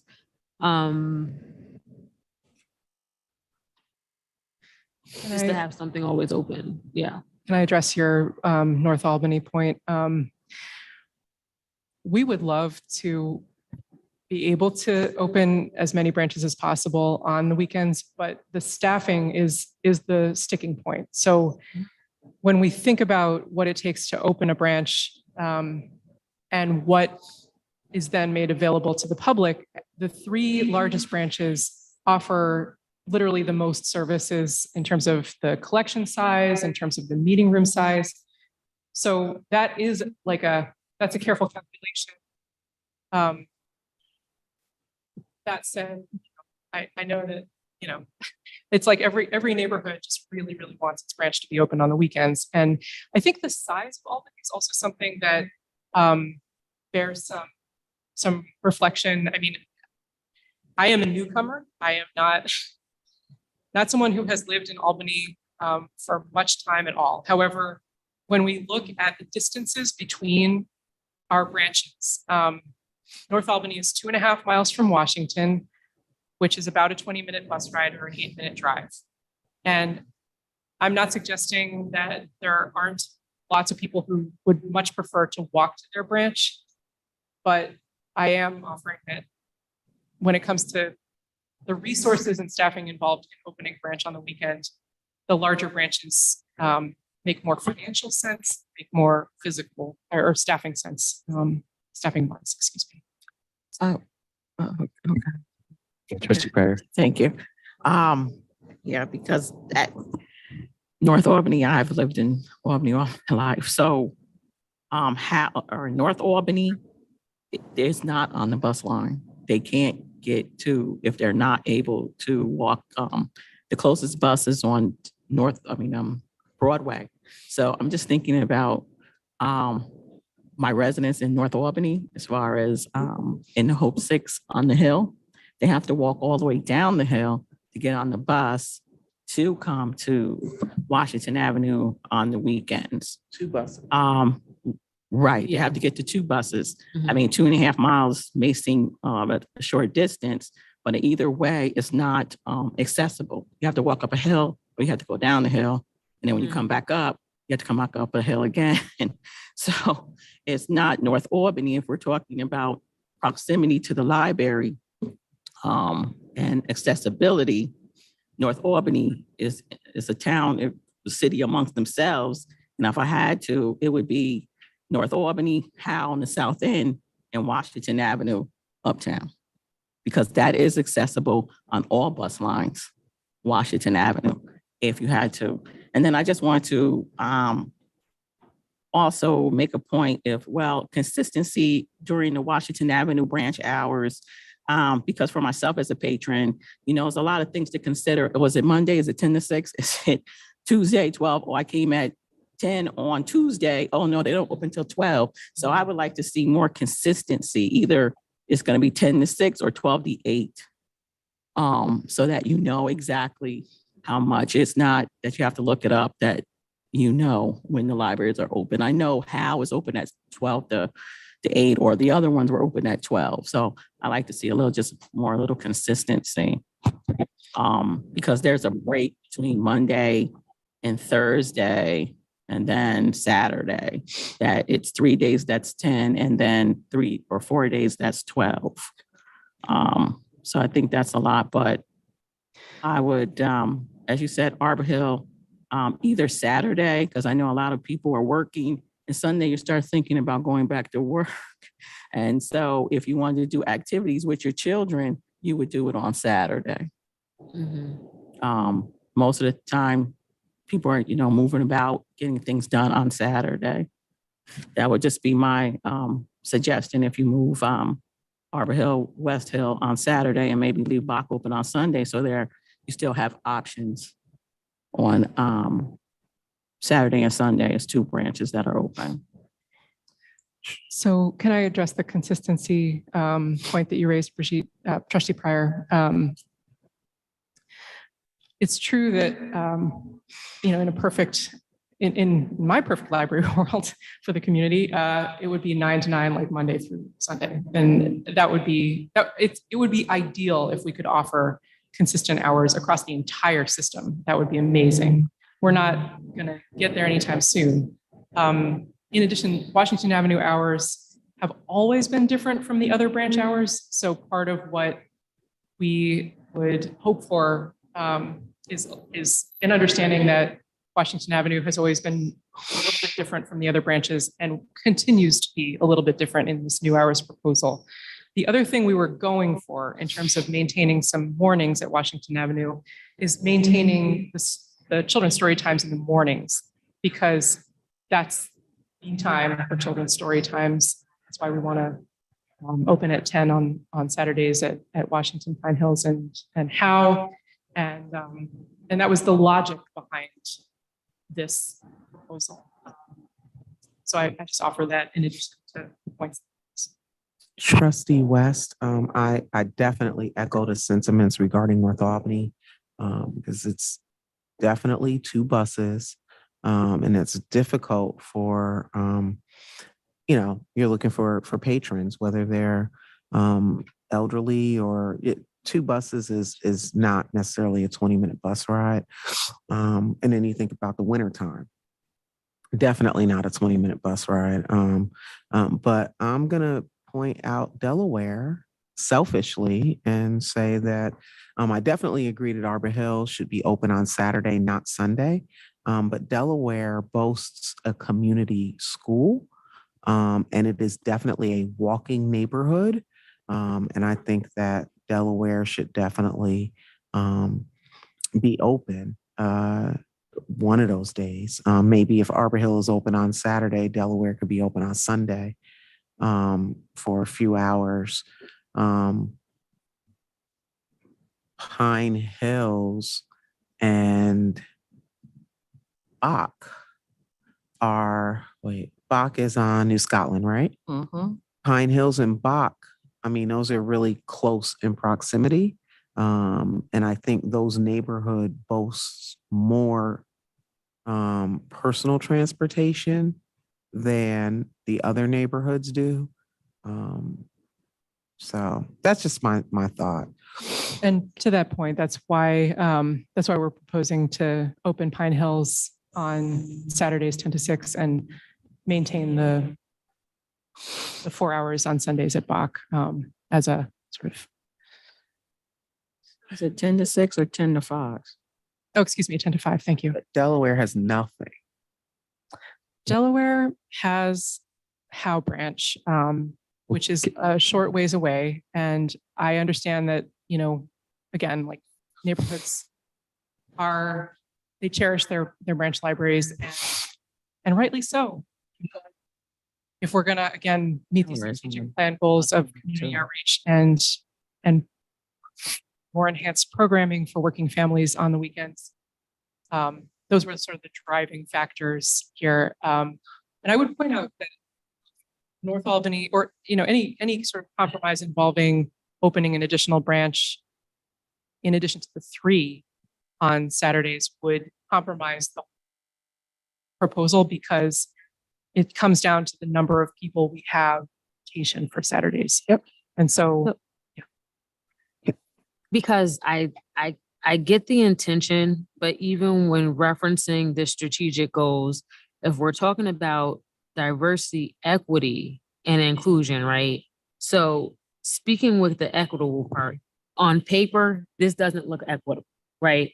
So if the issue is staffing. We have not solved our staffing issue as of yet. I get that, right? Staffing is going to be able to give us the opportunity to be able to have consistent programming. That's all a work in progress. But to currently, if we're looking at what we can do in the short term to be equitable to the community at large, to me, it would be you have a main branch that's centrally located. We're going to make sure we have maybe consistent hours where people can rely on, and we'll kind of spread ourselves out the city from there until maybe we can do the things we'd like to do. But I don't think the solution is to take away a resource completely and then dump all other resources into a concentrated area and not have holistic access to the services that we provide. So I get the intention, but for me, it just like misses the mark a little bit. All great reasons raised in reference to just like why it misses the mark. But I think we just be a little bit in reference to our open library, how we can keep access open. And I'm just gonna throw this out there, because you did reference earlier that you're kind of new to Albany. I'm gonna even talk about a safety issue. So to say that Howe is not that far from Delaware, yes, you are correct. Someone could walk from the Delaware branch to the Howe branch in maybe 15, 20 minutes. However, you're going into a totally different neighborhood. You're going into a totally different area where children and young adults may not mix. And that's just the truth of it.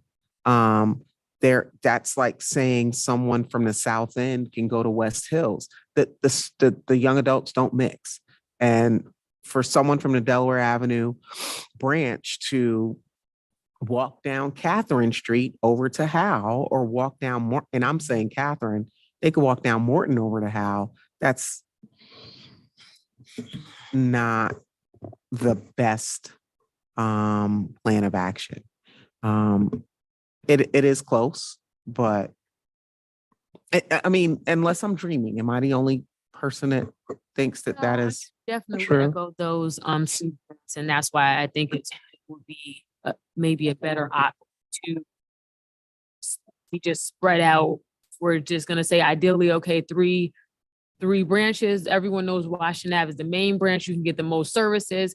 I think we're never going to be able to have the same quality, or I don't want to say the same quality, but the same maybe number of services at every single branch, because for financial reasons, the buildings aren't even as elaborate. Certain buildings aren't even as updated or have the capability to even be able to have some of the same programming or resources that this building, for example, has. So, and that's by neighborhood as well. So I don't think raising the point that, you know, this branch has more services or more programs as opposed to this branch over here. Well, some of that is by design in reference to the structure of the building, what's happening in the area of funding, all the lots of things play into that. So I just think just when we're looking at it neighborhood wise, citywide, how can we spread ourselves out where different parts of the city can access us on the same days and be able to still be somewhat at least close to their neighborhood, and it to be accessible to them, physically accessible to them,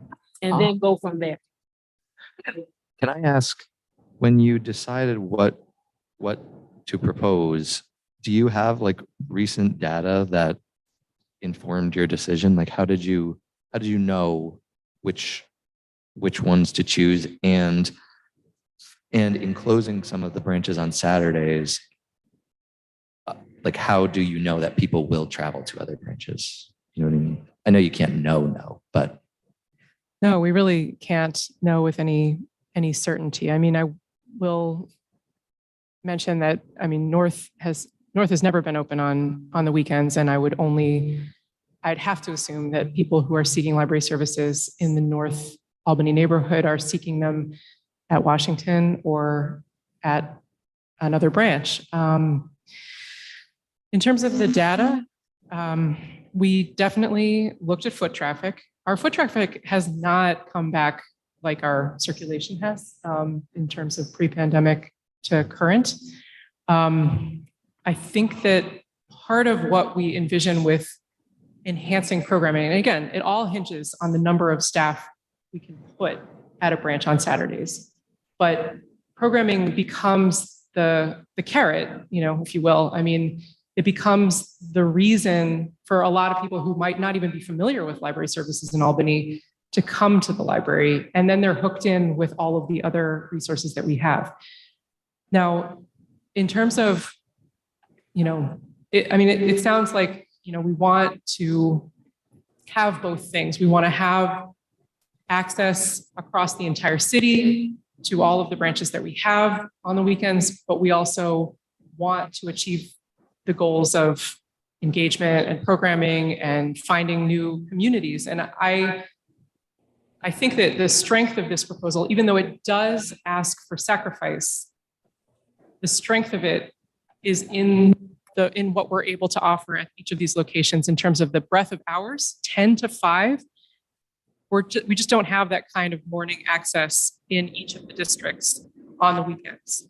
So that, in combination with just the advantage of having redundancy staffing wise. I mean, right now we have a single point of failure on weekends in our branches. So one person calls out and we can't get a sub, we have to close the branch. Like it's not viable. And so that's the kind of system that we are in, that we have to get out of. And that's why, even though this proposal is radical and would represent a real sea change for the city in terms of library access on the weekends, I think, it's a risk worth taking for the sake of connecting new people with the library and also addressing the workforce problems that we have, because it's a huge stress on staff to weigh being able to call out or not on a Saturday if you're really sick, or feeling unsafe if you have a low staffing level in your branch. And that does happen right now, where we, will open a branch with fewer staff than is advisable. And that's another part of what I'm looking at in terms of being a manager of this workforce. So that's another thing to consider. And again, we're not asking you for a vote tonight. This is all information, and I really want to provide you with all of the information that you need to make an informed decision. So between now and the August meeting, I really invite more feedback and questions that I can respond to and respond to the full board about, because that's how we're going to get to a productive vote. Can I ask a question? Yes, you may, Sarah. So, I mean, there's obviously a lot of community impact, and you mentioned the somewhat staff impact in terms of staffing, but there's one of the things that we've also addressed, or at least discussed, has been, staff, like maintaining staff, and recruitment. And are these sorts of changes welcome changes to the staff at APL? Are they concerned about it? Is there like the feedback from the folks who would be out there actually doing this? Yeah, so thank you, Sarah. Our staff want to do more for the community than we can do now. And so I would say that from the perspective of weekend staff who wish we could have more programming, wish we could offer more llamas in the library, or more appearances at farmers markets, or more intergenerational programming, more bilingual story times, all kinds of the diversity of programming that our staff want to support, especially on the weekends, and have the security of knowing that they've got partners in this, and that we're not relying on like a temp who has to come in from 10 to 1 to make the program barely possible. I would say that staff are very, very welcoming of this idea. I think that they share the same concerns that the board has in terms of some of the like I said, sacrifices that we're asking for from neighborhoods that are associated with the branches that are served by, the branches that we're proposing to close on Saturdays. And again, just on Saturdays, I want to make that point. But yeah, I would say that staff share some of the nervousness or concerns, well-founded concerns about, what we lose with this, but they are also excited about what we stand to gain. So it all, it bears careful consideration. I totally appreciate that. So, so I'll just make these couple of comments because it seems like the more we get into the conversation, there's just so much more that arises. So when we're looking with the lens of DEIA, and the reason why we have DEIA is so that we can become a better library, right? So if we're at a point right now where we don't have consistent programming reference to all across the board, I think it would be premature to judge what libraries we're going to be servicing or opening based on programming that we have a problem having. So to me, that seems to be conflicting lenses when we're talking about what libraries we're going to keep open, what libraries we're going to close. If we have a problem with the library and we don't have Arbor Hill, there's not really any worthwhile programming there. I live in Arbor Hill, so I know. So to base these such major decisions off of, well, we don't have any programming here. We know we need more staff. We get that. I would rather see all branches closed except for Washington Ave and concentrate staff here and concentrate programs here to have a more equitable resource and more equitable lens for the residents of the city of Albany, as opposed to judging it off of the current services and programming we have when we know it's not equitable.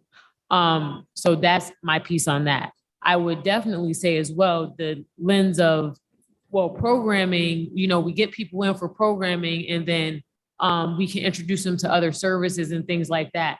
I would just challenge another viewpoint to say that we get people in because the services we have, and because someone needed to print or someone needed to fax, they came into the library because we knew we offered that services and they were introduced to maybe certain programming that we have. For me, that has been some of my experience as a patron and some other people's experiences as patrons, not necessarily being a patron of the programs we offer, but the services, and then being introduced to programming that we have. Because typically in Arbor Hill, there's not really a substantial amount of programming reflective of the community. So it is a major resource for the computer use, for the internet use, the printing, the faxing, those sorts of things. And you're introduced to other things when you're in the library. So that's just my piece on that thing. Thanks. I think you're right. People come to the library for all different reasons. I think we're trying to create more reasons, but I think we have more work to do, certainly, when it comes to creating diverse programming at all of our branches. Out of respect for the Arbor Hill staff, I would say that we're doing the best we can with the resources that we have at this time. We always, again, have more work to do, and I acknowledge that. When it comes to the branches that we were looking at to open on Saturdays, again, it came down to the size of the library, the size of the collections in the libraries, the ease of transit, with the exception of North Albany. I heard all of those points, and I get that. But it's about concentrating staff at these large locations. And that was the thrust of the logic behind the proposal. And I really appreciate all of the questions and points that have been raised. I've taken notes. I know that Erica has too. So I really appreciate this, and it gives me a lot to reflect on between now and August. So I have a question. So in my professional life, I spend a lot of time thinking about alternatives. So we have, a set of alternatives, like the preferred alternative is obviously the ideal one. Then we have the, a sort of second and a third option, but it shows us the potential solutions, and not all of them are the best and the brightest, but at least it shows us a variety of options to like a variety of potential solutions to an identified challenge. And I'm wondering if it would be possible, recognizing that other trustees have voiced concerns about the equitable distribution of hours in different facilities, if we could see the alternatives that were considered, if there are other possible combinations of hours that would be agreeable and meet the needs from a professional library staff position, but also I think respond to some of the concerns that have been identified tonight. So I don't know if that's something that's possible, or if there's if sort of this is like considered the preferred alternative by far and away. But I would be interested if there were other tables that represent different combinations that might address some of these concerns, if that would be something that could be produced, or if that's not a reasonable request. I think it's totally reasonable. I would like to get that out to you well in advance of the August meeting, if possible. I will be away for a few days, Thursday through Monday of this weekend next. However, would that be? I think that would be fine. I just would like to add, because just remembering what you're saying in reference to these being the largest 3 libraries, right? So to have Washington Ave open and maybe the second 2 that are the largest, instead of maybe opening maybe some of the smaller library, 2 other libraries that are maybe smaller, that's less staff, more staff available if you have a call out or something. So why open the 3 biggest and maybe open the biggest one and then 2 additional smaller ones that would be spaced throughout the city and on the same day? So you would be technically using less staff and have more staff available if something does happen, and you're hitting the major points of the city at the same time. Or double up on staffing at those smaller locations that you would have used at the 2 larger locations, so that you can provide the programming that is desired there. Definitely the idea of concentrating staff, because again, the Saturday rotation is the sticking point in terms of what we are doing now. So concentrating staff at locations is the idea. And iterations of that along the lines of what you just mentioned certainly could be an option offered. Sarah? May I make a suggestion? And I really like this robust conversation. I think everybody has had an opportunity to say things. Can we do our homework and send questions or suggestions to you in the next few days to help come up with configurations? And we're not going to come up with an answer tonight.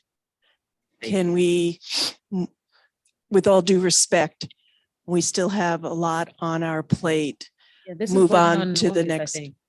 Right. So are people in agreement that we'll do our homework, send information to you? And then, is that all right? Yes. Yes. God, please stop. It's my allergy. Melanie, did you have a point? I just want to make one quick point about the reasoning behind the larger branches being open on Saturday. It was because we were hoping that we'll be able to provide programming, and we wanted the space available for the larger crowds that we were hoping to achieve.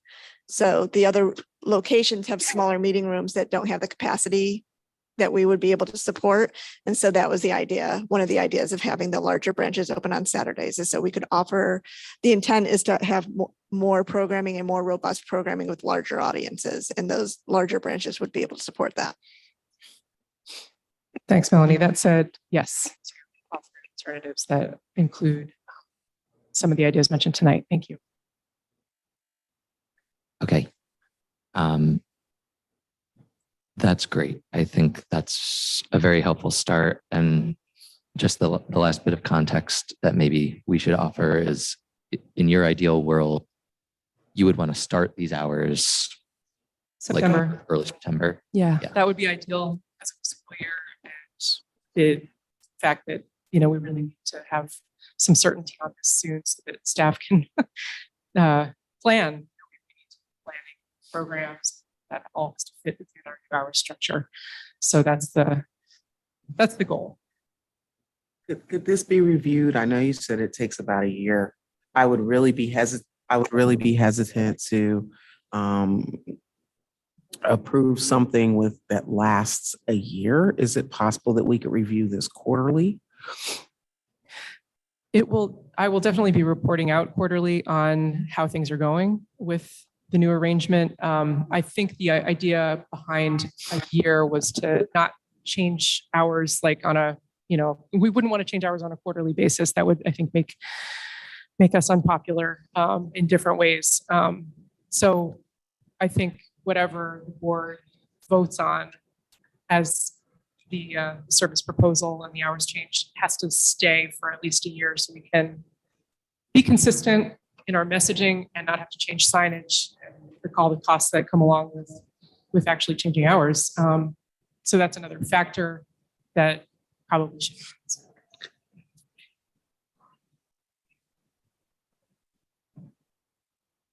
Okay. Well, this is great. So I think we have a good plan. Please definitely send Andrea questions. And when you respond to questions, will you respond to the whole board so that we all have the same information? Yes. Okay. All right. Thank you all. So next we will move on to agenda 8.4, the board bylaws. Yeah, so Policy and Governance Committee worked very diligently on reviewing these bylaws, making amendments. I would like to mention other documents were attached to public comment. Those were not the right documents to be attached, so those will have to be taken off of public comment. The Policy and Governance complimentary notice, that's very, very detailed in reference to the work that we did in relation to the bylaws. After speaking with Attorney Bach, simply the names will be taken out and will be resubmitted for posting to be a public facing document as well. Right now, I'm guessing we can just go through these amendments. And like I said, the complimentary notice that Policy and Governance Committee worked on in reference to these bylaws will be submitted later after the notice is removed of the names. Does anyone have any questions in relation to the bylaws that were submitted by Policy and Governance Committee? We can go right down through the Take a wee walk.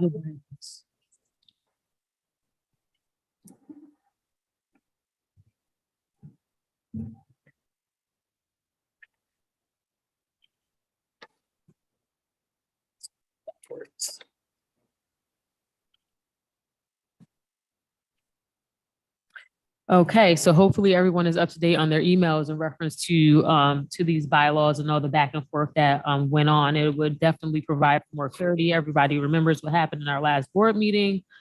So in reference to these bylaws, going through, if anyone has any issues on the first page, there were just small grammatical corrections. Attendance was the first point that we sought clarification on, and that is item 6, and that's on the 3rd page of the bylaws. So there it is notated, this version, the last version, hopefully everyone's looking at the notated version. That's attachment G. And that has a more detailed notes on the side as well. So it was definitely the consensus that just for more transparency and consistency in reference to absence, 2 people would be notified just for a system of checks and balances, essentially. There was also an addition of term year. So, and that there was a lot of questions raised in reference to what year are we speaking about? Is it the calendar year? Is it the fiscal year? Is it election to election? So that's something that is, I would think needs clarification, since we did have questions on that. So term year only serves to specify that we're really speaking about election year to election year in reference to internal, the internal board. So that would be from July to July, election to election internally. So that is what term year is referred to, and it's further defined at the bottom of the page. Anybody have any questions on that part or any comments or any?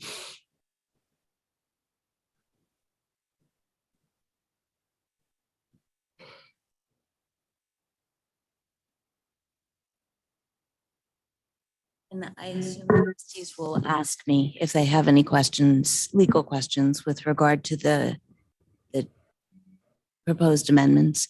I should note that we have not done a legal review of the amendments. And so that is something that I can offer if the board wishes it. Absolutely. That's why you're here. So if no one has any questions on that I part, have a quick question. Should be issued like notification in writing, so that way that there's a written record.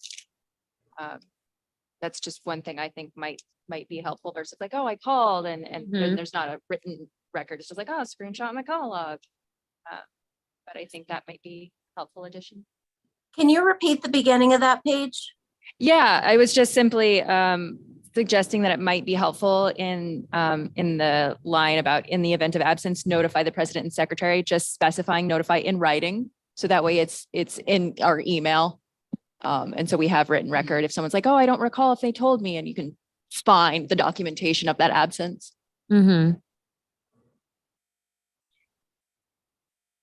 Good note, good note.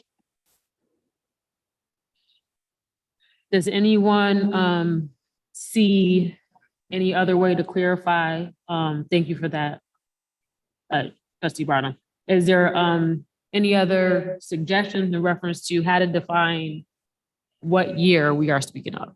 We reference term year, define term year. Does anyone have a issue with that? Since we take the oath of office, I think it should be from oath of office to oath of office. So I definitely get. Well, so one point that I just want the board to be aware of in looking at defining the term year for this purpose is that there are, of course, 5 years in each trustee's term.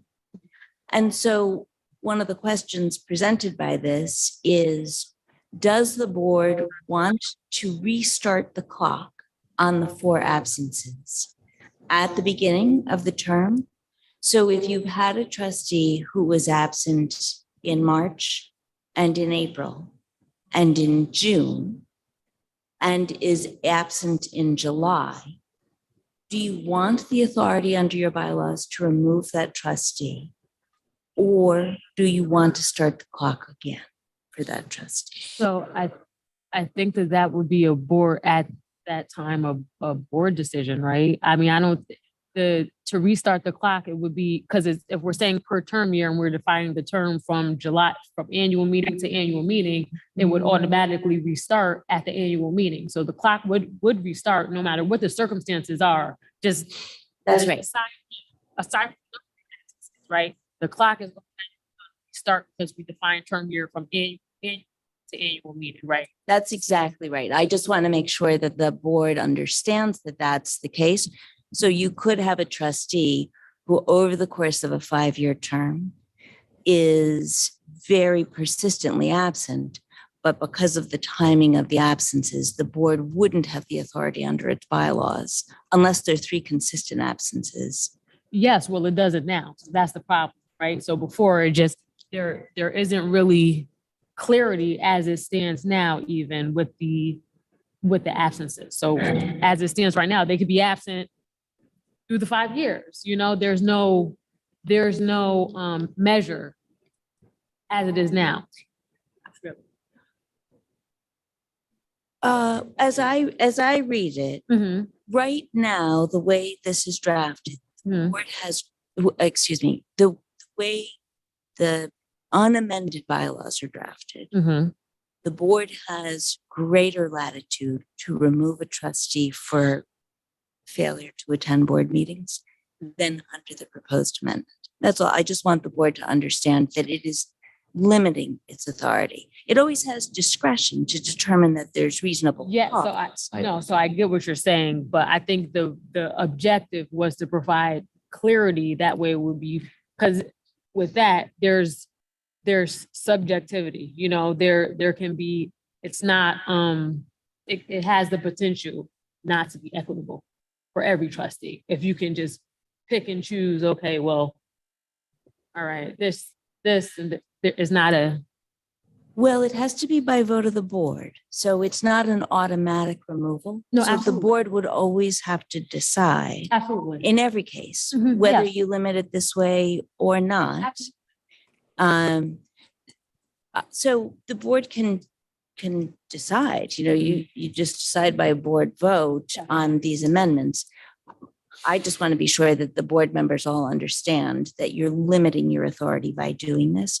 It doesn't only change, clarity is not the only impact of the change. You're actually imposing greater restrictions on yourselves, that's all.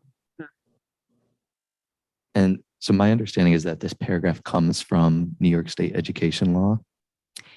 And that, So what's in the education law is that a trustee who's absent from 3 consecutive board meetings is subject to removal. And the 4 meetings in a year is in addition. So the board in a prior juncture gave itself the authority, because you imagine you could have a trustee who shows up, you know, every 2 board meetings, but is persistently skipping, or every other board meeting, however you want to say it. But the board gave itself greater authority to remove a trustee if there were 4 absences within a year. And if it just says year, it means calendar. So that's what I mean. This is just clarity, because it's already there that it has to be a certain amount of 4 meetings in a year, right? So the question is, what year are we talking about? Is it a calendar year, a fiscal year, what year? So to me, as my interpretation, I don't see it as us limiting ourselves. To me, I see it as providing clarity as to what year we're talking about, because even, let's say we said fiscal year, let's say we say calendar year, because the year is still there. We only added term to specify. So I just want to clarify what I just said, because I think that I actually added ambiguity with that comment. When I say it means a year, it means when you're looking at it, it's like a rolling year, right? Because if in the year up to that moment, that board meeting at which the vote is going to be taken, that trustee has missed 4 meetings, looking back retrospectively at the prior year, then the board has the option to determine whether to remove the trustee. I don't know that the board has ever acted on this particular portion of its bylaws. And I do understand what you're saying. I think that because everyone's on a different term, even though it's 5 years, some 4, but it's on a different term, and where we don't want to where the committee was looking to A, have clarity, but B, no, not mixed years. So it's up to us as trustees what we're looking at. But I definitely stand by what the committee came up with as a term. And that's literally all we put in there, like the election year, the term year. And in that way, So you don't have, okay, now we're moving into July, and yes, we may have had the issue, but we're moving into July, you may have some new trustees on and you may not, and then you have to explain everything all over again. I think that if it's, my personal thoughts are, if you keep it within the confines of that year, it's good. And I think that a lot of times, bylaws are meant to be prescriptive and not punitive. So. My suggestion would be, even if it says rolling year, I think it should be specified to what kind of year I think that's the point here. It should be specified to what kind of year we're talking about, even if it is a rolling year. Just saying a year it raised more questions than answers, I think was the point. Okay. Yes. Sure. Trustee Dallas.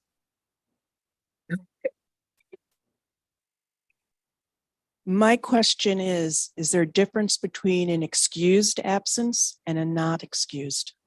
Excused? I know Does the it answer. say? There is none under our bylaws. There's no such, we've kind of used the term excuse absence occasionally, but there is no designation like that in our bylaws. You're either present or absent. So I don't want to interject here. I mean, the bottom line on all of this is that with a few exceptions, these are determinations for the board to make. And my role as counsel is primarily to make sure that I've advised you as to what the potential ramifications are. I'm a professional pessimist. I have to look at what are the potential downsides. And so I certainly can make myself available to the P&G committee if you want, rather than going through this each point by point with the full board tonight. We can do that at a meeting and come back with a final set, or I'm happy to participate in the conversation tonight so that we can do this with the full board.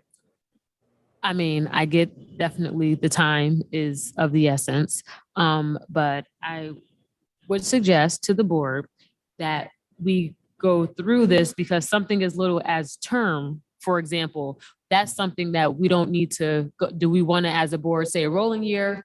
Do we want to specify it as calendar year, fiscal year, annual to annual? Those are things that, it's just, what do we want to do as a board? Because no matter what, we keep sending this back to a back and forth thing without a full understanding of what the board wants.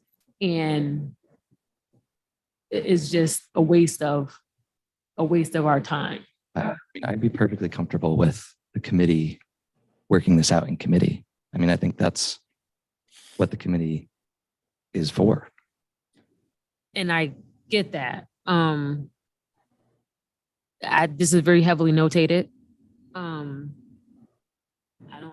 I think what she's saying is the committee has worked on it, and that at this point, like the little languages, the little nuances is what attorney has said, and that it's a board decision. So if the committee comes back and says, well, we want it to be a term, but the board as a whole is like, no, we want it to be a rolling year, it's kind of defeating the purpose.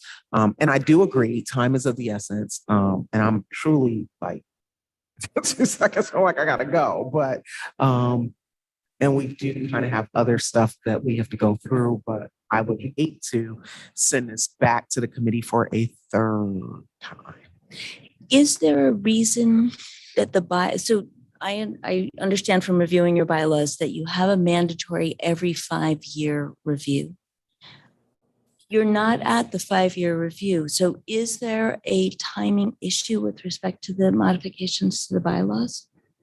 I would most certainly say it's a timing issue. I think we need bylaws that are reflective and can create a healthy ecosystem, a healthy environment for the board that we all can adhere to and be able to be accountable to. So I would say the 5 years, I understand we have to review them every 5 years, but I think the concern and the urgency is more to have, bless you, a uniform code of conduct and a uniform reference to what our roles are, and how we can move forward with a healthy ecosystem for the board and essentially the Albany Public Library system.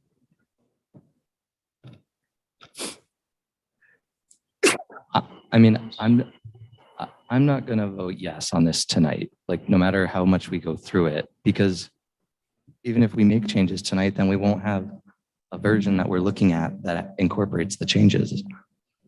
And I want to see it written down before we vote on it.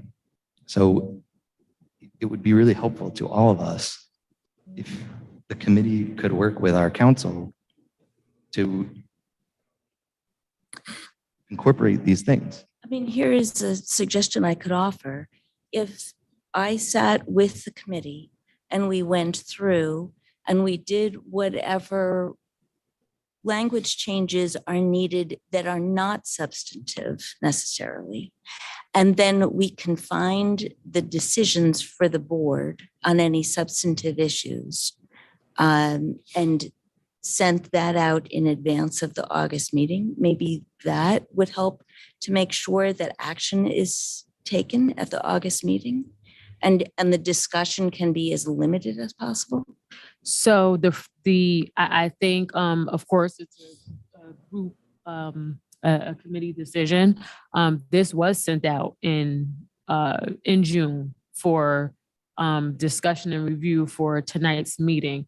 The only addition to the first draft that was sent out on the second draft that really is here today is reasoning a more detailed, notated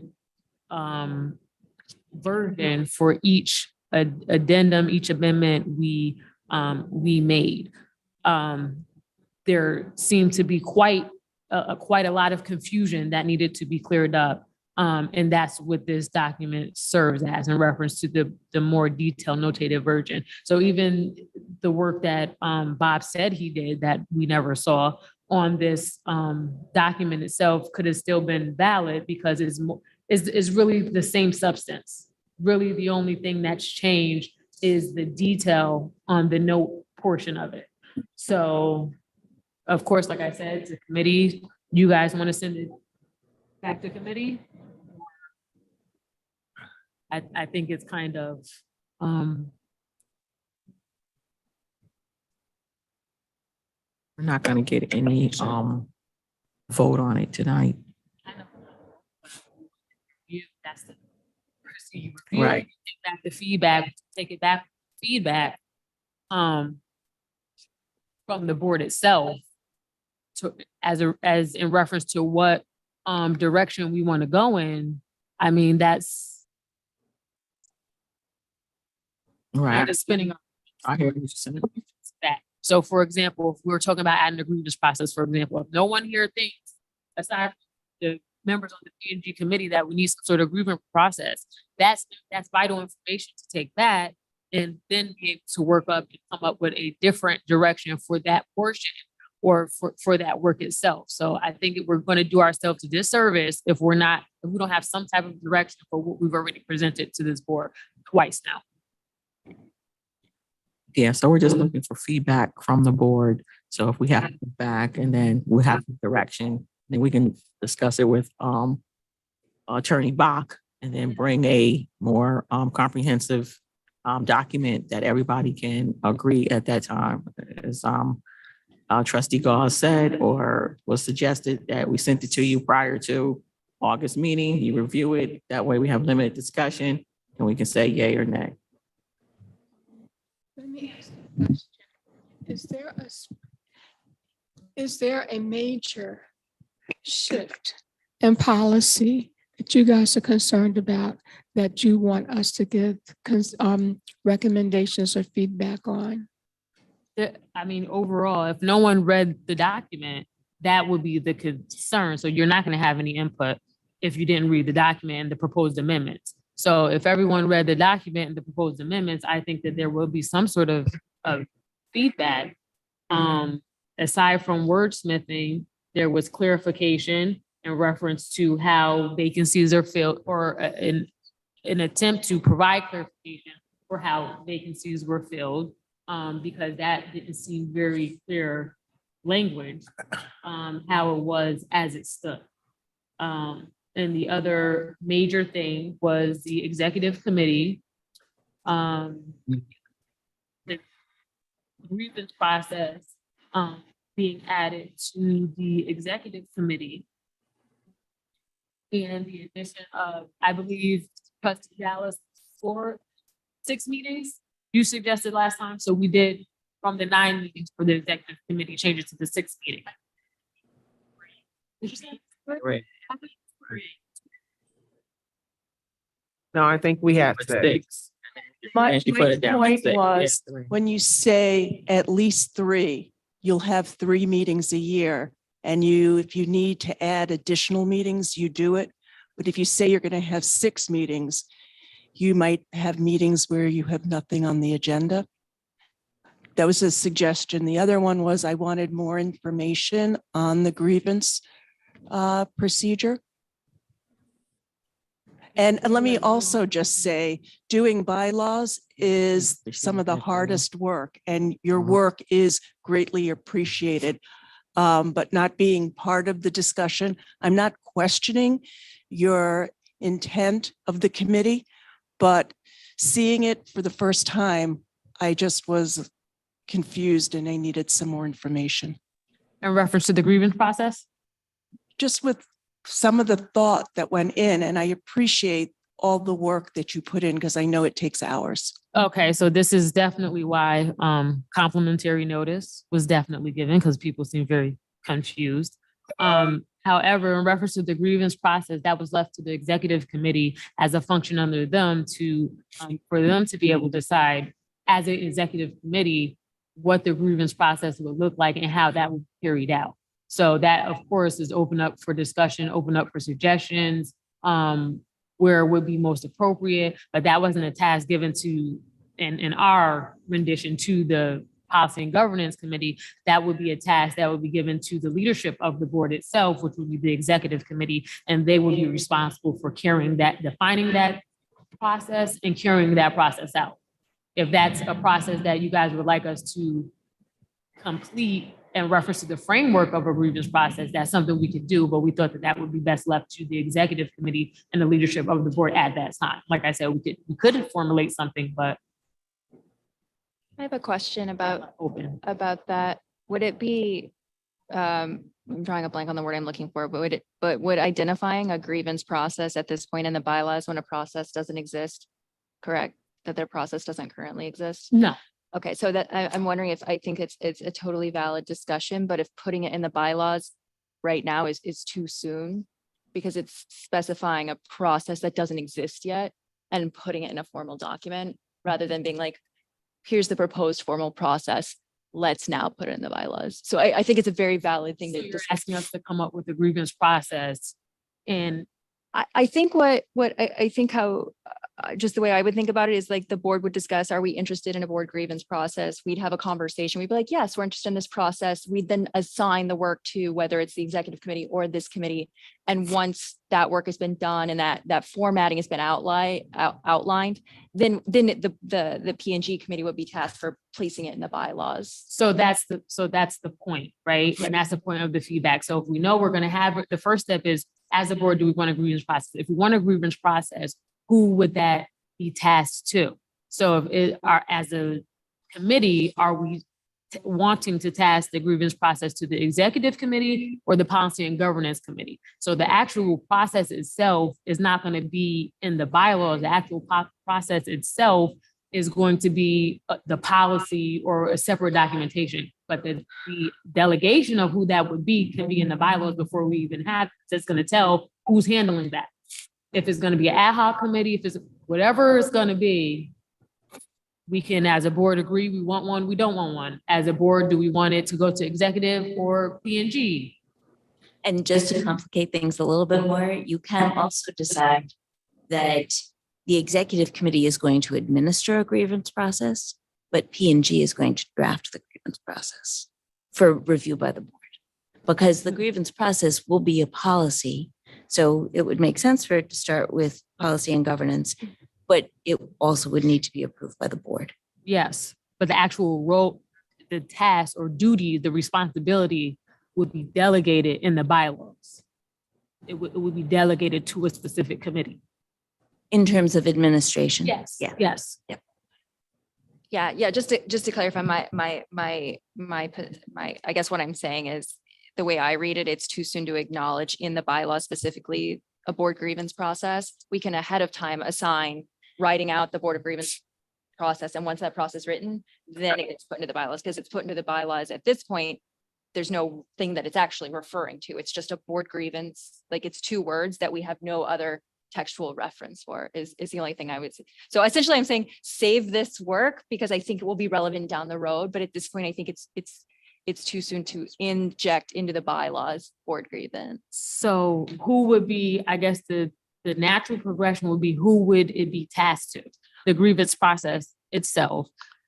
I would think it would be appropriate work for policy and governance. And policy and governance may recommend that, as you identified, someone has to administer it. But I think because it is about governance, it is at that point, like, something the P&G committee would be tasked for, like, here's a separate document that we've outlined this. Are we in agreement? If we're in agreement, then we formally adopt it and we acknowledge that formal grievance policy now in the bylaws. Because it's hard for me right now to be like, yes, I'm comfortable putting into the bylaws a board grievance process that doesn't exist. So I get what you're saying, right? So the vote or the temperature of the board would be, do we want to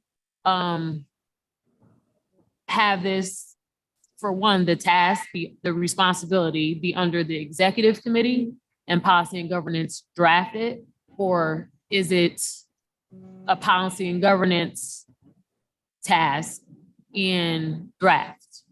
So that would be the direction that we would need to know as a board.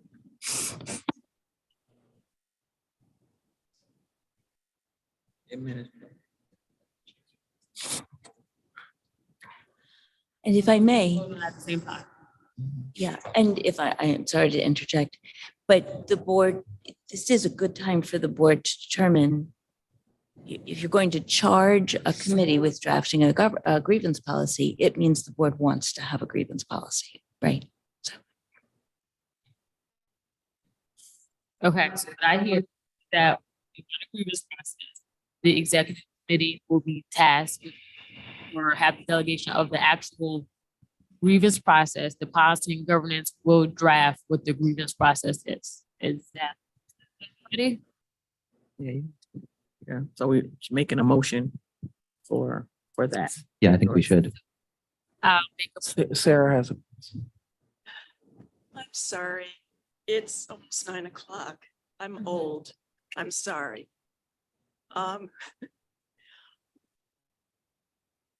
understand. I need to know more about what the outcome of having the grievance policy. I just need more clarification. I'm just gonna step in and say, because I really don't want my report to get pushed away again, because it's July and I feel it coming. So I'm gonna say that for me personally, a grievance process helps as a new trustee. It helps trustees that may not feel comfortable or may feel like their concerns are pushed aside or dismissed, and have a way to say, okay, I may not necessarily agree with Tom, and I may not feel comfortable coming to Tom. Tom's I'm just using you as the president.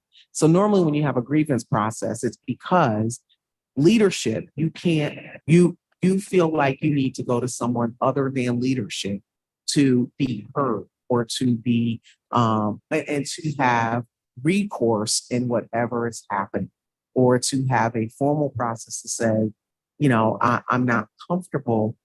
How do you work through this? You know what I'm saying? And so if there's no formal grievance process and I can't go to anyone on an executive committee, then who do I go to? I can go to my buddy, Sarah McZinski, right?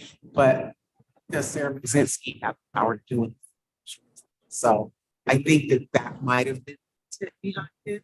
Thank you. Give a My little bit of next clarity. question is, when we as a board work something out and we come up and we agree on something, but if some trustees are concerned about whatever the majority of the board voted upon, that won't go to a grievance committee. That's different because that's a vote. Yeah, that's totally different. Thank you. I would give an example like a retreat. That'd be a perfect example.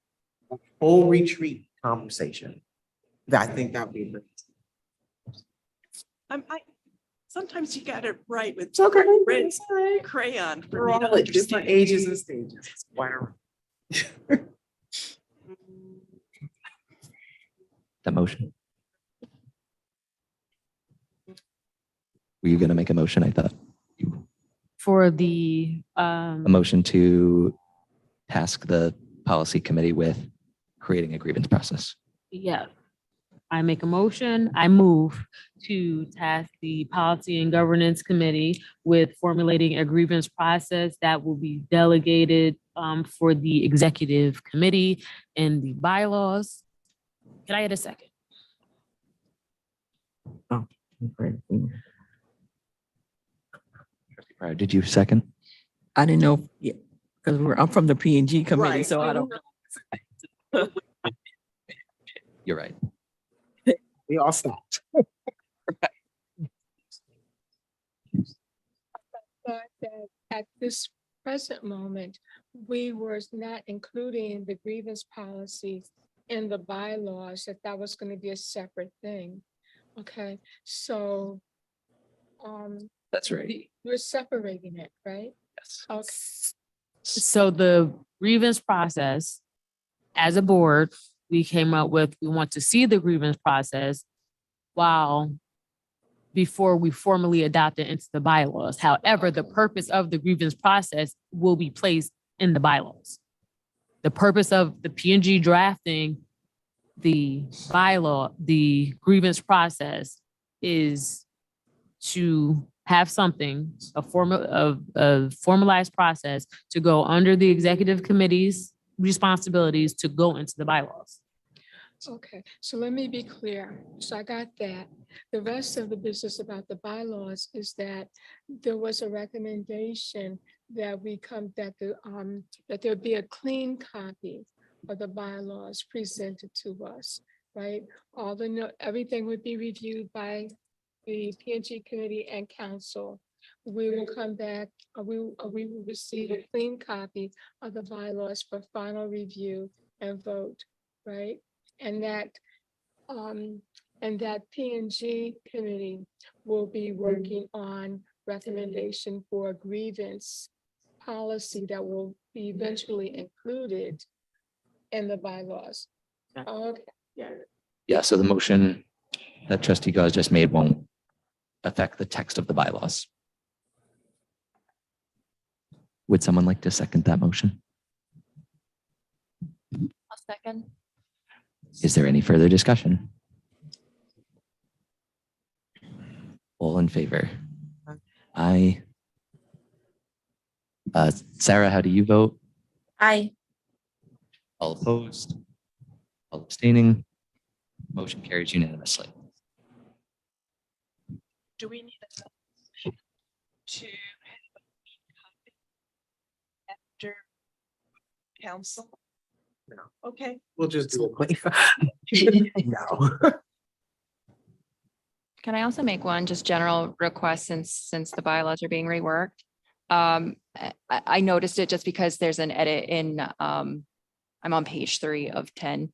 In number 7, I noticed that there's gender, like his and her language across this document. And I would love to see a clean edit to remove gender binaries from this document. And can I just add, that's a perfect thing. I'm gonna add, and this is just a personal pet peeve I have. Please, please, please, when it's sent out, can we read it? Can we all read it and come prepared? I'm saying I'm going to start fresh. Starting fresh. I hear you. I hear you. I'm going to emphasize and restate it. Please read it before because please read it before we come, please. That's what I'm saying. Okay. Mhm. All right. Are we okay to move on from the bylaws? Yes. All right. That brings us to the appointment of our treasurer. This is our annual meeting, so every year we appoint a treasurer. Sean is staying on as our treasurer, so you'll see in the board packet, there's a resolution to appoint the treasurer for another year and the oath of office, which Sean can sign tonight.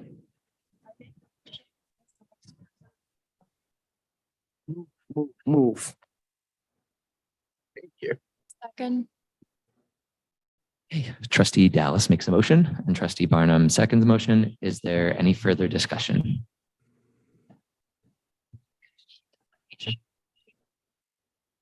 Yeah, we're very appreciative. All in favor of the resolution? Aye. All opposed? All abstaining? Sarah, how do you vote? Aye. Motion carries unanimously. Ellen, do we need to do the oath of office We can do it. out loud or, okay. We don't, you just need to sign and I can notarize your signature. All right. So that brings us to the election of board officers. I close my computer.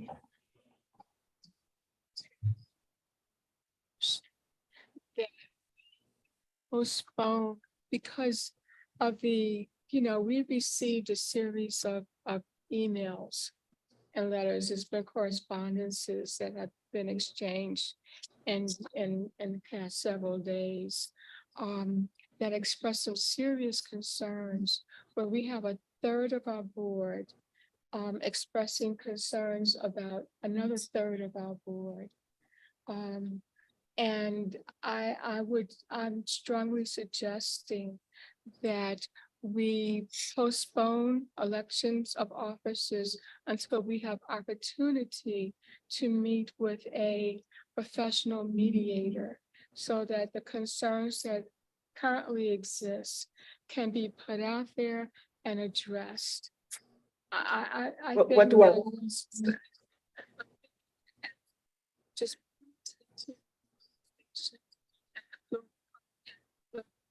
correspondences that are out there. It's just difficult for me to think of, not addressing those issues before we move forward with election of officers. Sorry, and I didn't mean to interrupt you. I'm just looking at our current bylaw. And it says elected trustees. Hold on, I'm just looking at what it says about offices and elections of officers. And if it says that it says that the elections will take place during our annual meeting.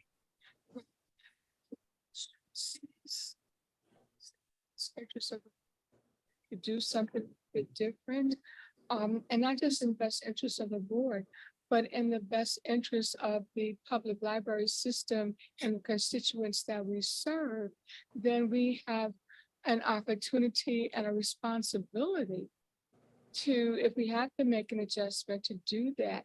And I really believe that because the sentiments have been so strongly expressed by a third of our board, involving another third of our board, that it would be in the best interest of everybody if we took a pause and addressed those concerns with a professional mediator and then move forward. That's my recommendation.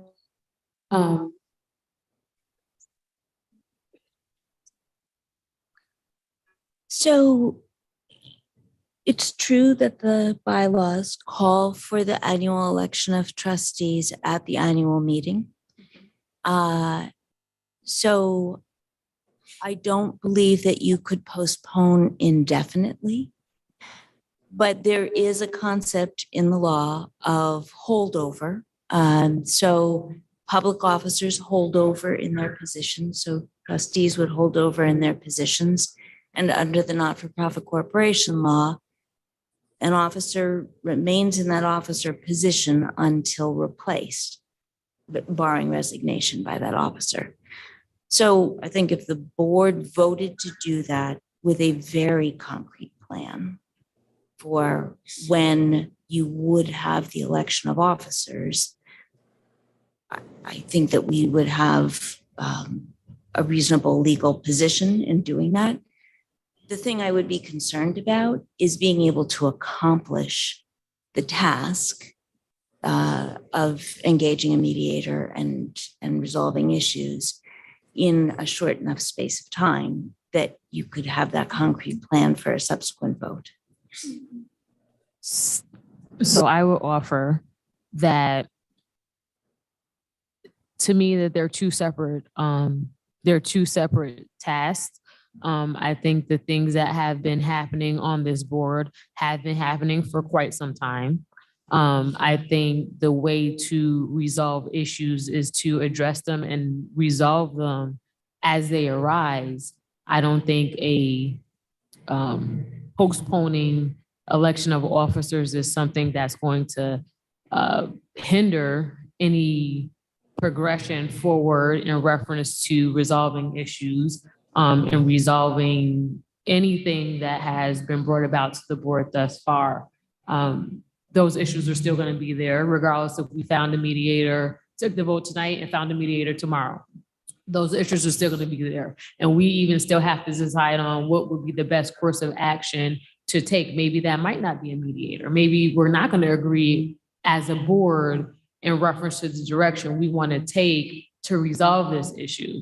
So I really don't see the election of the leadership of the board as something that's going to be impacted or should be held up. That's a big issue. These issues that we're speaking about are very big. I think I agree with Trustee Cause because we're not gonna have a concrete plan by August, and then you're looking at least 2 months of holdover officers, which is not ideal at all. I understand that it's not ideal, but we have a serious situation. We have a sense of animus. What does that mean? Animus. I don't know what it means. How can I say this? Strong bad feelings, okay? Animosity? Is that what you're? Animosity. Gotcha. And I do not think that it's an impossible thing to at least address or to attempt.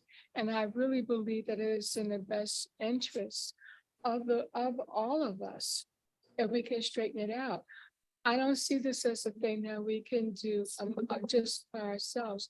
What I would suggest is, and again, we have to find out about availability, but Upper Hudson had contracted with a professional group to work with Upper Hudson, and other libraries have taken advantage of this group. McLean Group, I think is the name of them, and they did things with us in terms of looking at diversity and inclusion and things that board trustees and others do to discourage that from happening.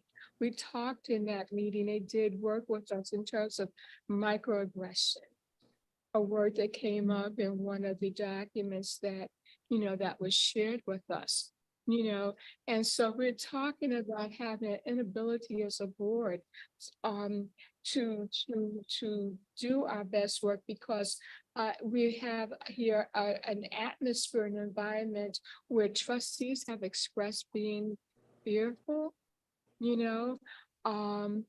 concerned about retaliation.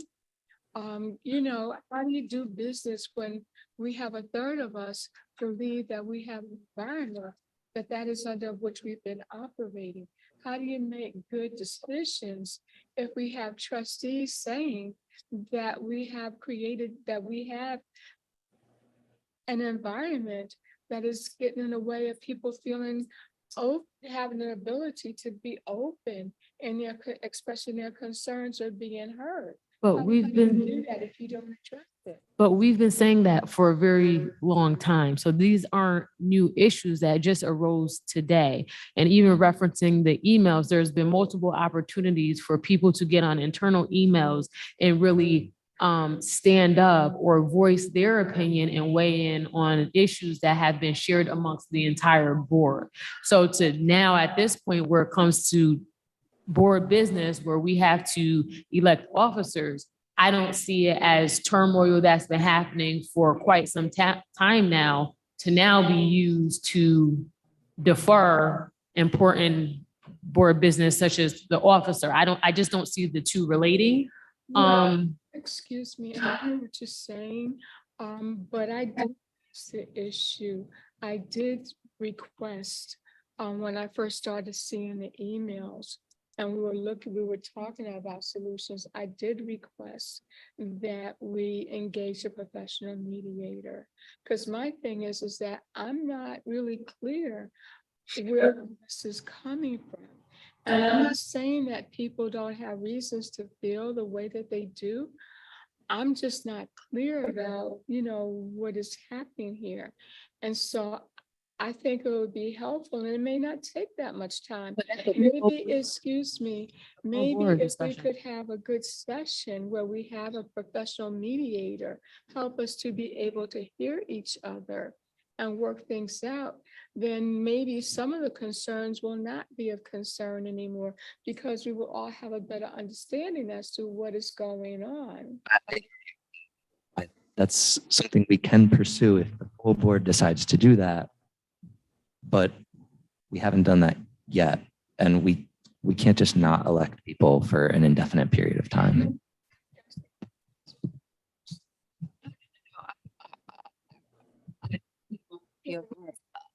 One thing I think that if we pursued this avenue, we would specify, as you said, what was the term you used about the legal precedent for us to hold over?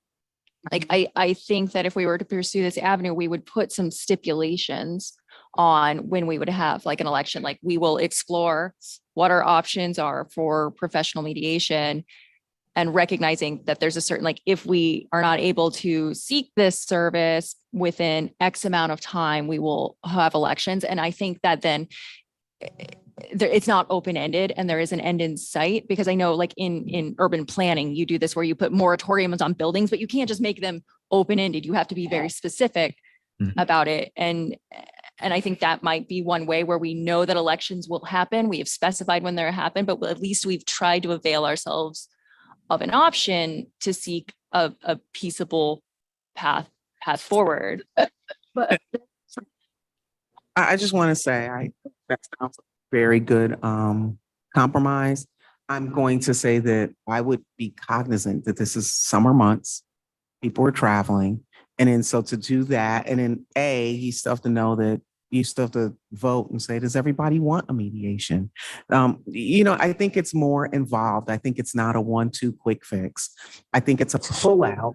I think so. And I'm just going to say, in my years of training and training people, of training people and training staff, when you're doing conflict resolution, it's never a one. And so I think that not only that, but it even would fall into DEI training and since cultural sensitivity training. Like it's more involved than it seems. And then even for some of us to say, well, where did it even come from? Right. So I think that everyone's at different levels, and we've all experienced things as members of this board. And then not only that, but we're all some sort of life experience, right? We all bring that with us. I think it's a much more intensive conversation. I think it needs to be an intentional conversation. I think it can't be a one-off, and I would not ever presume to hold elections hostage to do something. And I think that it's not one or the other. One is contingent upon. You can very well have elections of officers, which colors how people feel, right? Elections of officers for anything, whether it's a city, state, federal election, it's always based upon how the people make you feel. And I think that regardless of whatever training we go through, we're still going to feel the way they feel, right? Or about particular candidates. So I think that we should just move forward, but still be intentional about having conversation. I didn't say mediation, no, but conversation surrounding the feelings, which could be rolled up into a retreat. I went all the way back. Sure. Just a thing. You know, there's no problem with having a retreat, but we have work that we need to do to break whatever dynamic is occurring now that is unhealthy. So I am proposing, you know, that we create a framework. It's not going to take us forever to Upper Hudson has resources to be able to share with us potential mediators or folk who will help us to be able to facilitate a change in what is going on here. So we have a resource. I'm not suggesting that this thing go on endlessly. We do want to have a change. Well, let me not say that. We do want to have a change in the environment. Not saying that we're not elected officers, but I'm just thinking that, you know, the decisions that I may make with regard to who I would vote for depends on, could vary, you know, if we have a conversation to understand what was going on. It's going to try to break the dynamic of what is happening. Maybe the first thing we should do is ask the board, you know, do we think mediation would be helpful? If the board believes that mediation could be helpful to us, then that's a conversation. If we can say, you know, if we could give ourselves a time to be able to identify someone who could work with us and present a concrete plan, say like before the next board meeting, you know, then, you know, maybe that could be something that we could work with. If it's not possible, it's not possible. But I would really like for us to try to get to a healthy situation, because what we have here going on right now is not healthy at all and not good for any decision-making process. So in interest of time, I think we definitely have different opinions brewing about this. If there's a motion that Trustee Way would like to make, I think you should make the motion. Personally, I don't think one affects the other. We're still going to have the same issues brewing until they're talked about in depthly, resolved, people come to the table honestly. That's a whole process in itself, right?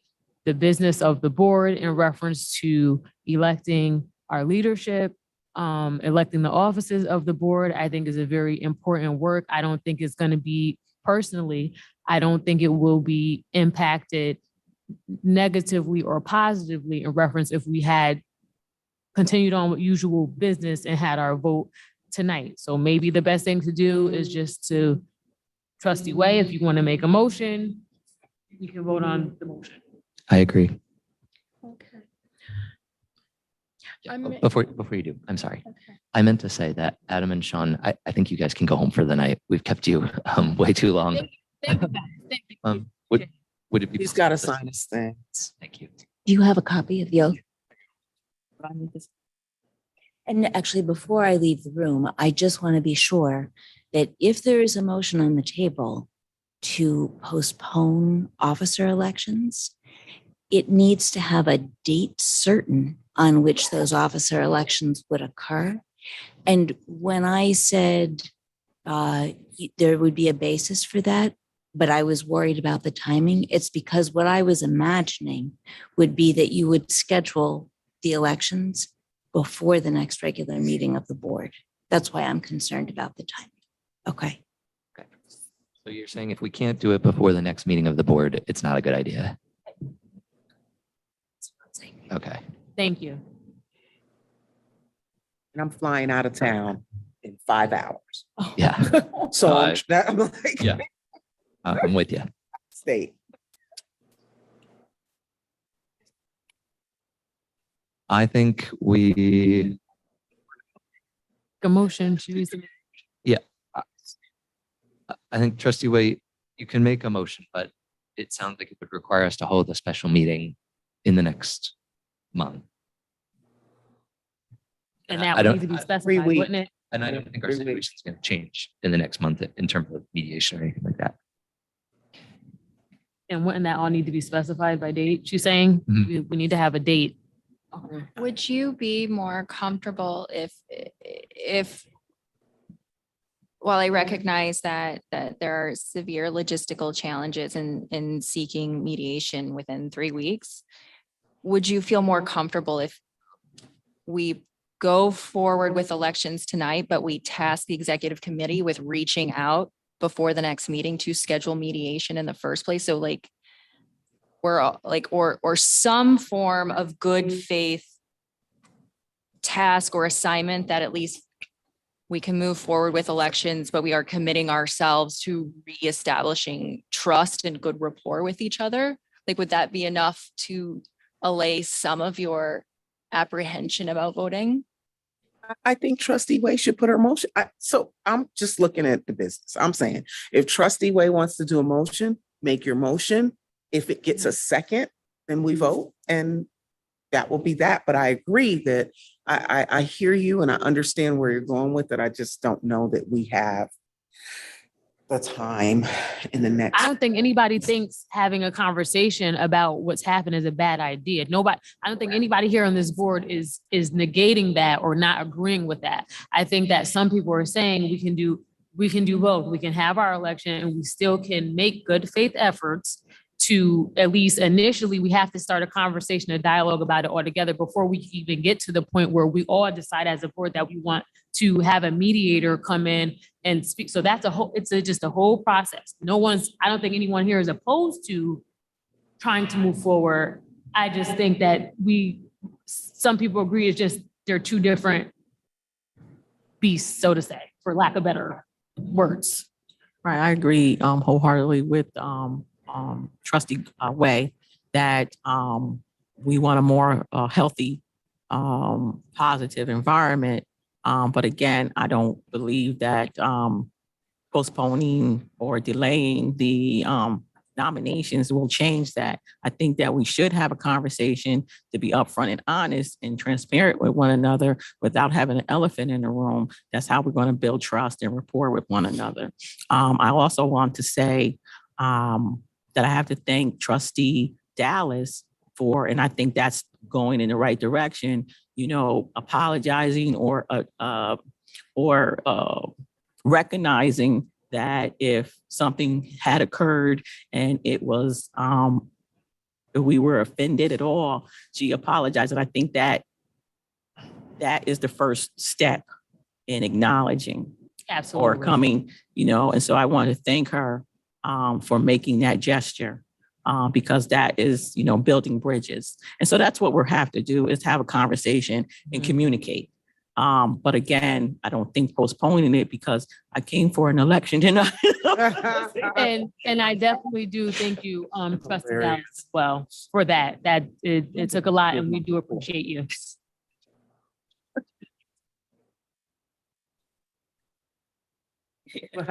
What happened? Oh, you were fine. I get it. I get it. All right.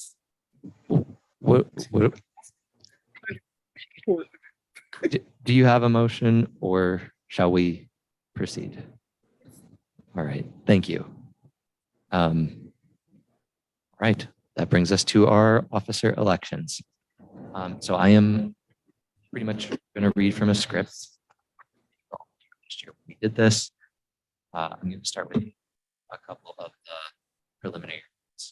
So we are now ready to begin the election of officers. As a preliminary matter, I ask that when we vote on each position, please raise your hand and keep it raised momentarily so that Eric and I can properly record the votes. In the event that no candidate receives a majority of votes for a given position, I will provide an opportunity to reopen nominations for that position. If there are no additional nominations, no candidate receives a majority of votes, then we will move on to the next position. If a position is vacant at the end of tonight, I will offer an additional chance to reopen nominations for any vacant positions. If tonight's meeting ends with any position vacant, the trustee currently holding that position will continue on in that position until a successor is elected at a future meeting. We will proceed in the following order: President, Vice President for Finance, and Secretary. Hey, Tom. Yes, So you said raise your hand until counted. Does that include me? I'll still ask for your vote out loud if that's okay. It's fine. Thanks.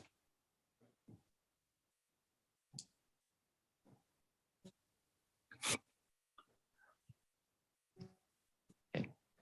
I will first open nominations for the office of the president. Does any trustee wish to make a nomination? Trustee Barnum, I wish to make a nomination.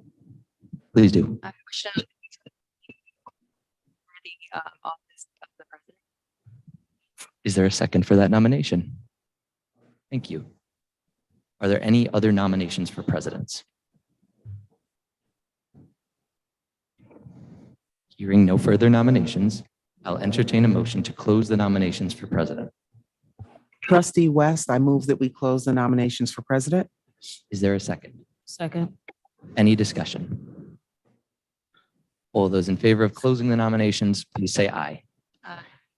Opposed? Abstentions? Sarah, how do you vote? Aye.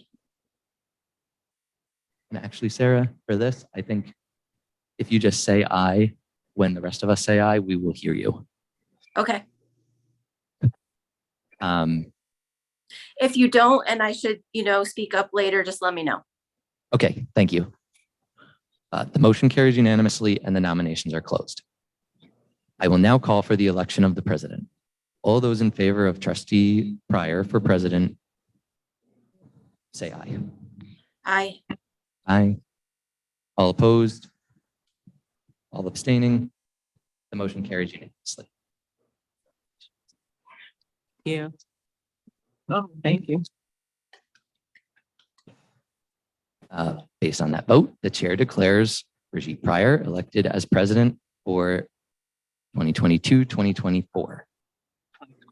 2023, 2024. Sorry, I'm reading your script, I guess. I will next open nominations for vice president. Does any trustee wish to make a nomination?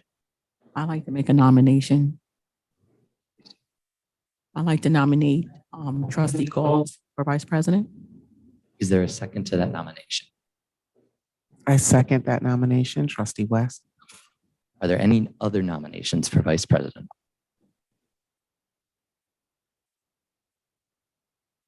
Hearing no further nominations, I'll entertain a motion to close the nominations for vice president. I make a motion to close the nominations. Is there a second? Second. Is there any discussion? All those in favor of closing the nominations, please say aye. Aye. All opposed? Abstentions? Motion carries unanimously. The motion carries and the nominations are closed. I will now call the election of the vice president. All those in favor of Trustee Gauze for vice president, please say aye. Aye. I'm sorry. Can we raise our hands one more time? Sarah's raising her And hand. said aye.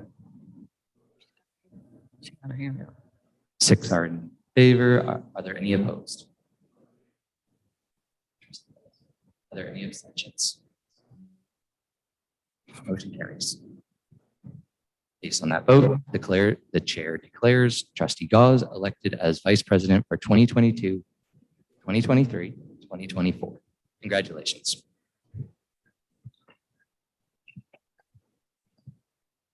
I will next open nominations for the office of vice president for finance.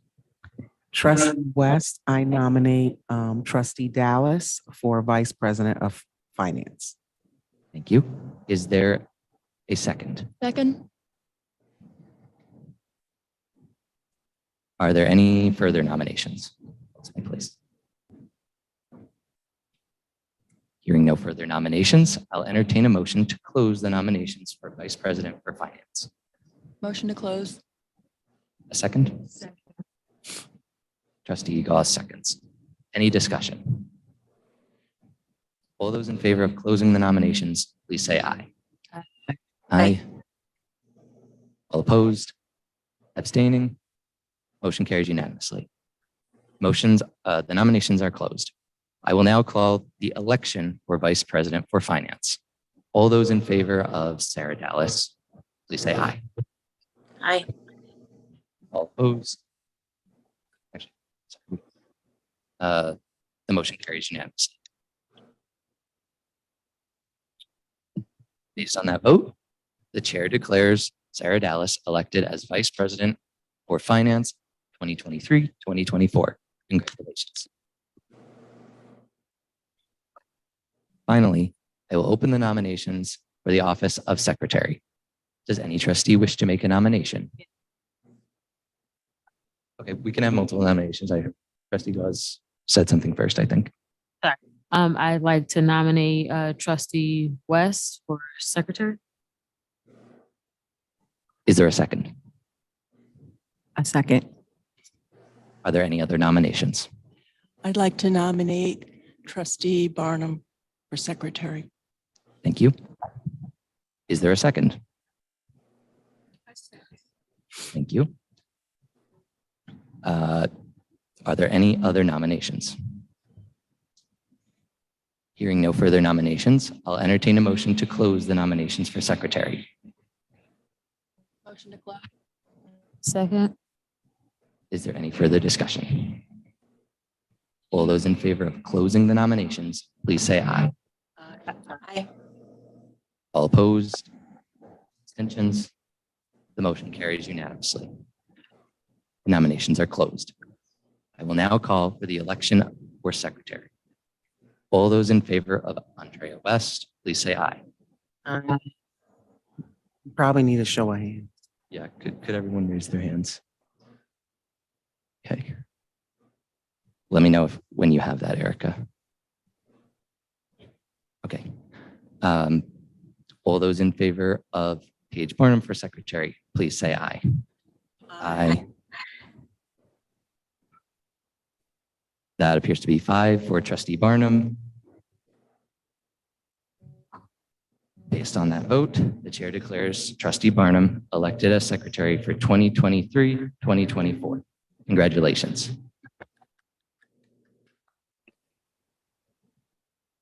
That is it. Congratulations to all our officers for the upcoming year.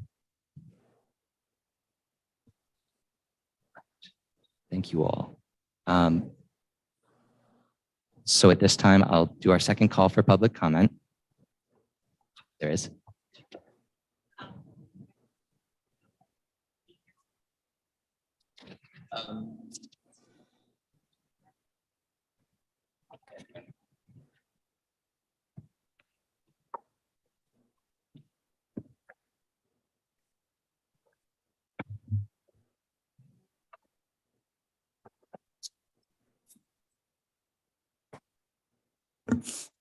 This public comment was submitted by Aaron Dansuru. They did not note their location. It says, members of the board, I was recently troubled to hear that APL will be hosting a drag queen story hour event in August. These events by design introduce concepts related to transgenderism and gender dysphoria to children who are too young to understand these things or for what they actually are. The fact that there are adults who would introduce drag performance to children in order to gain validation from children, and that expense of their innocence would be a significant red flag. Adults should not need validation from children, and children do not need these performances. Hosting an event such as this is in no way enhancing welfare nor enriches intellect within the library's community, which should be primary goals of the library. Please reconsider hosting this event, which seems very clearly contrary to the common good, especially that of children. Thank you for your consideration. Sincerely, Erin. And I apologize if I'm mispronouncing her name, Dansaru. She is of Albany at Pester Street. Heister. Sorry, Peister. Thank you. We do have some important items in executive session. So I will entertain a motion to enter executive session. I move to enter into executive session for purposes of discussing. It's actually in board docs for the purpose of regarding proposed pending or current litigation, collective bargaining negotiations, and the medical, financial, credit, or employment history of a particular person or corporation. Is there a second? Thank you. Is there any further discussion? Yes. That door is open to the bathrooms, right?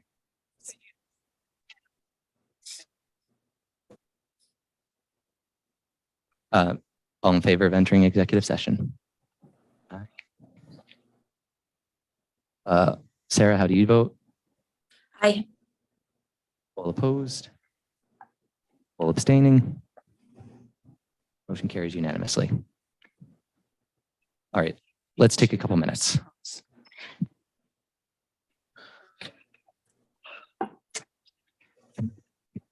You gotta go downstairs first. I mean, you gotta go downstairs to use the bathroom. But she I didn't just have want to make an announcement for anybody who's watching the live stream. We are going into executive session. There will be nothing voted on during executive session or afterwards, so we will be ending this live stream. The minutes will reflect what time the board votes to come out of executive session and end the meeting officially. Thank you. Yes.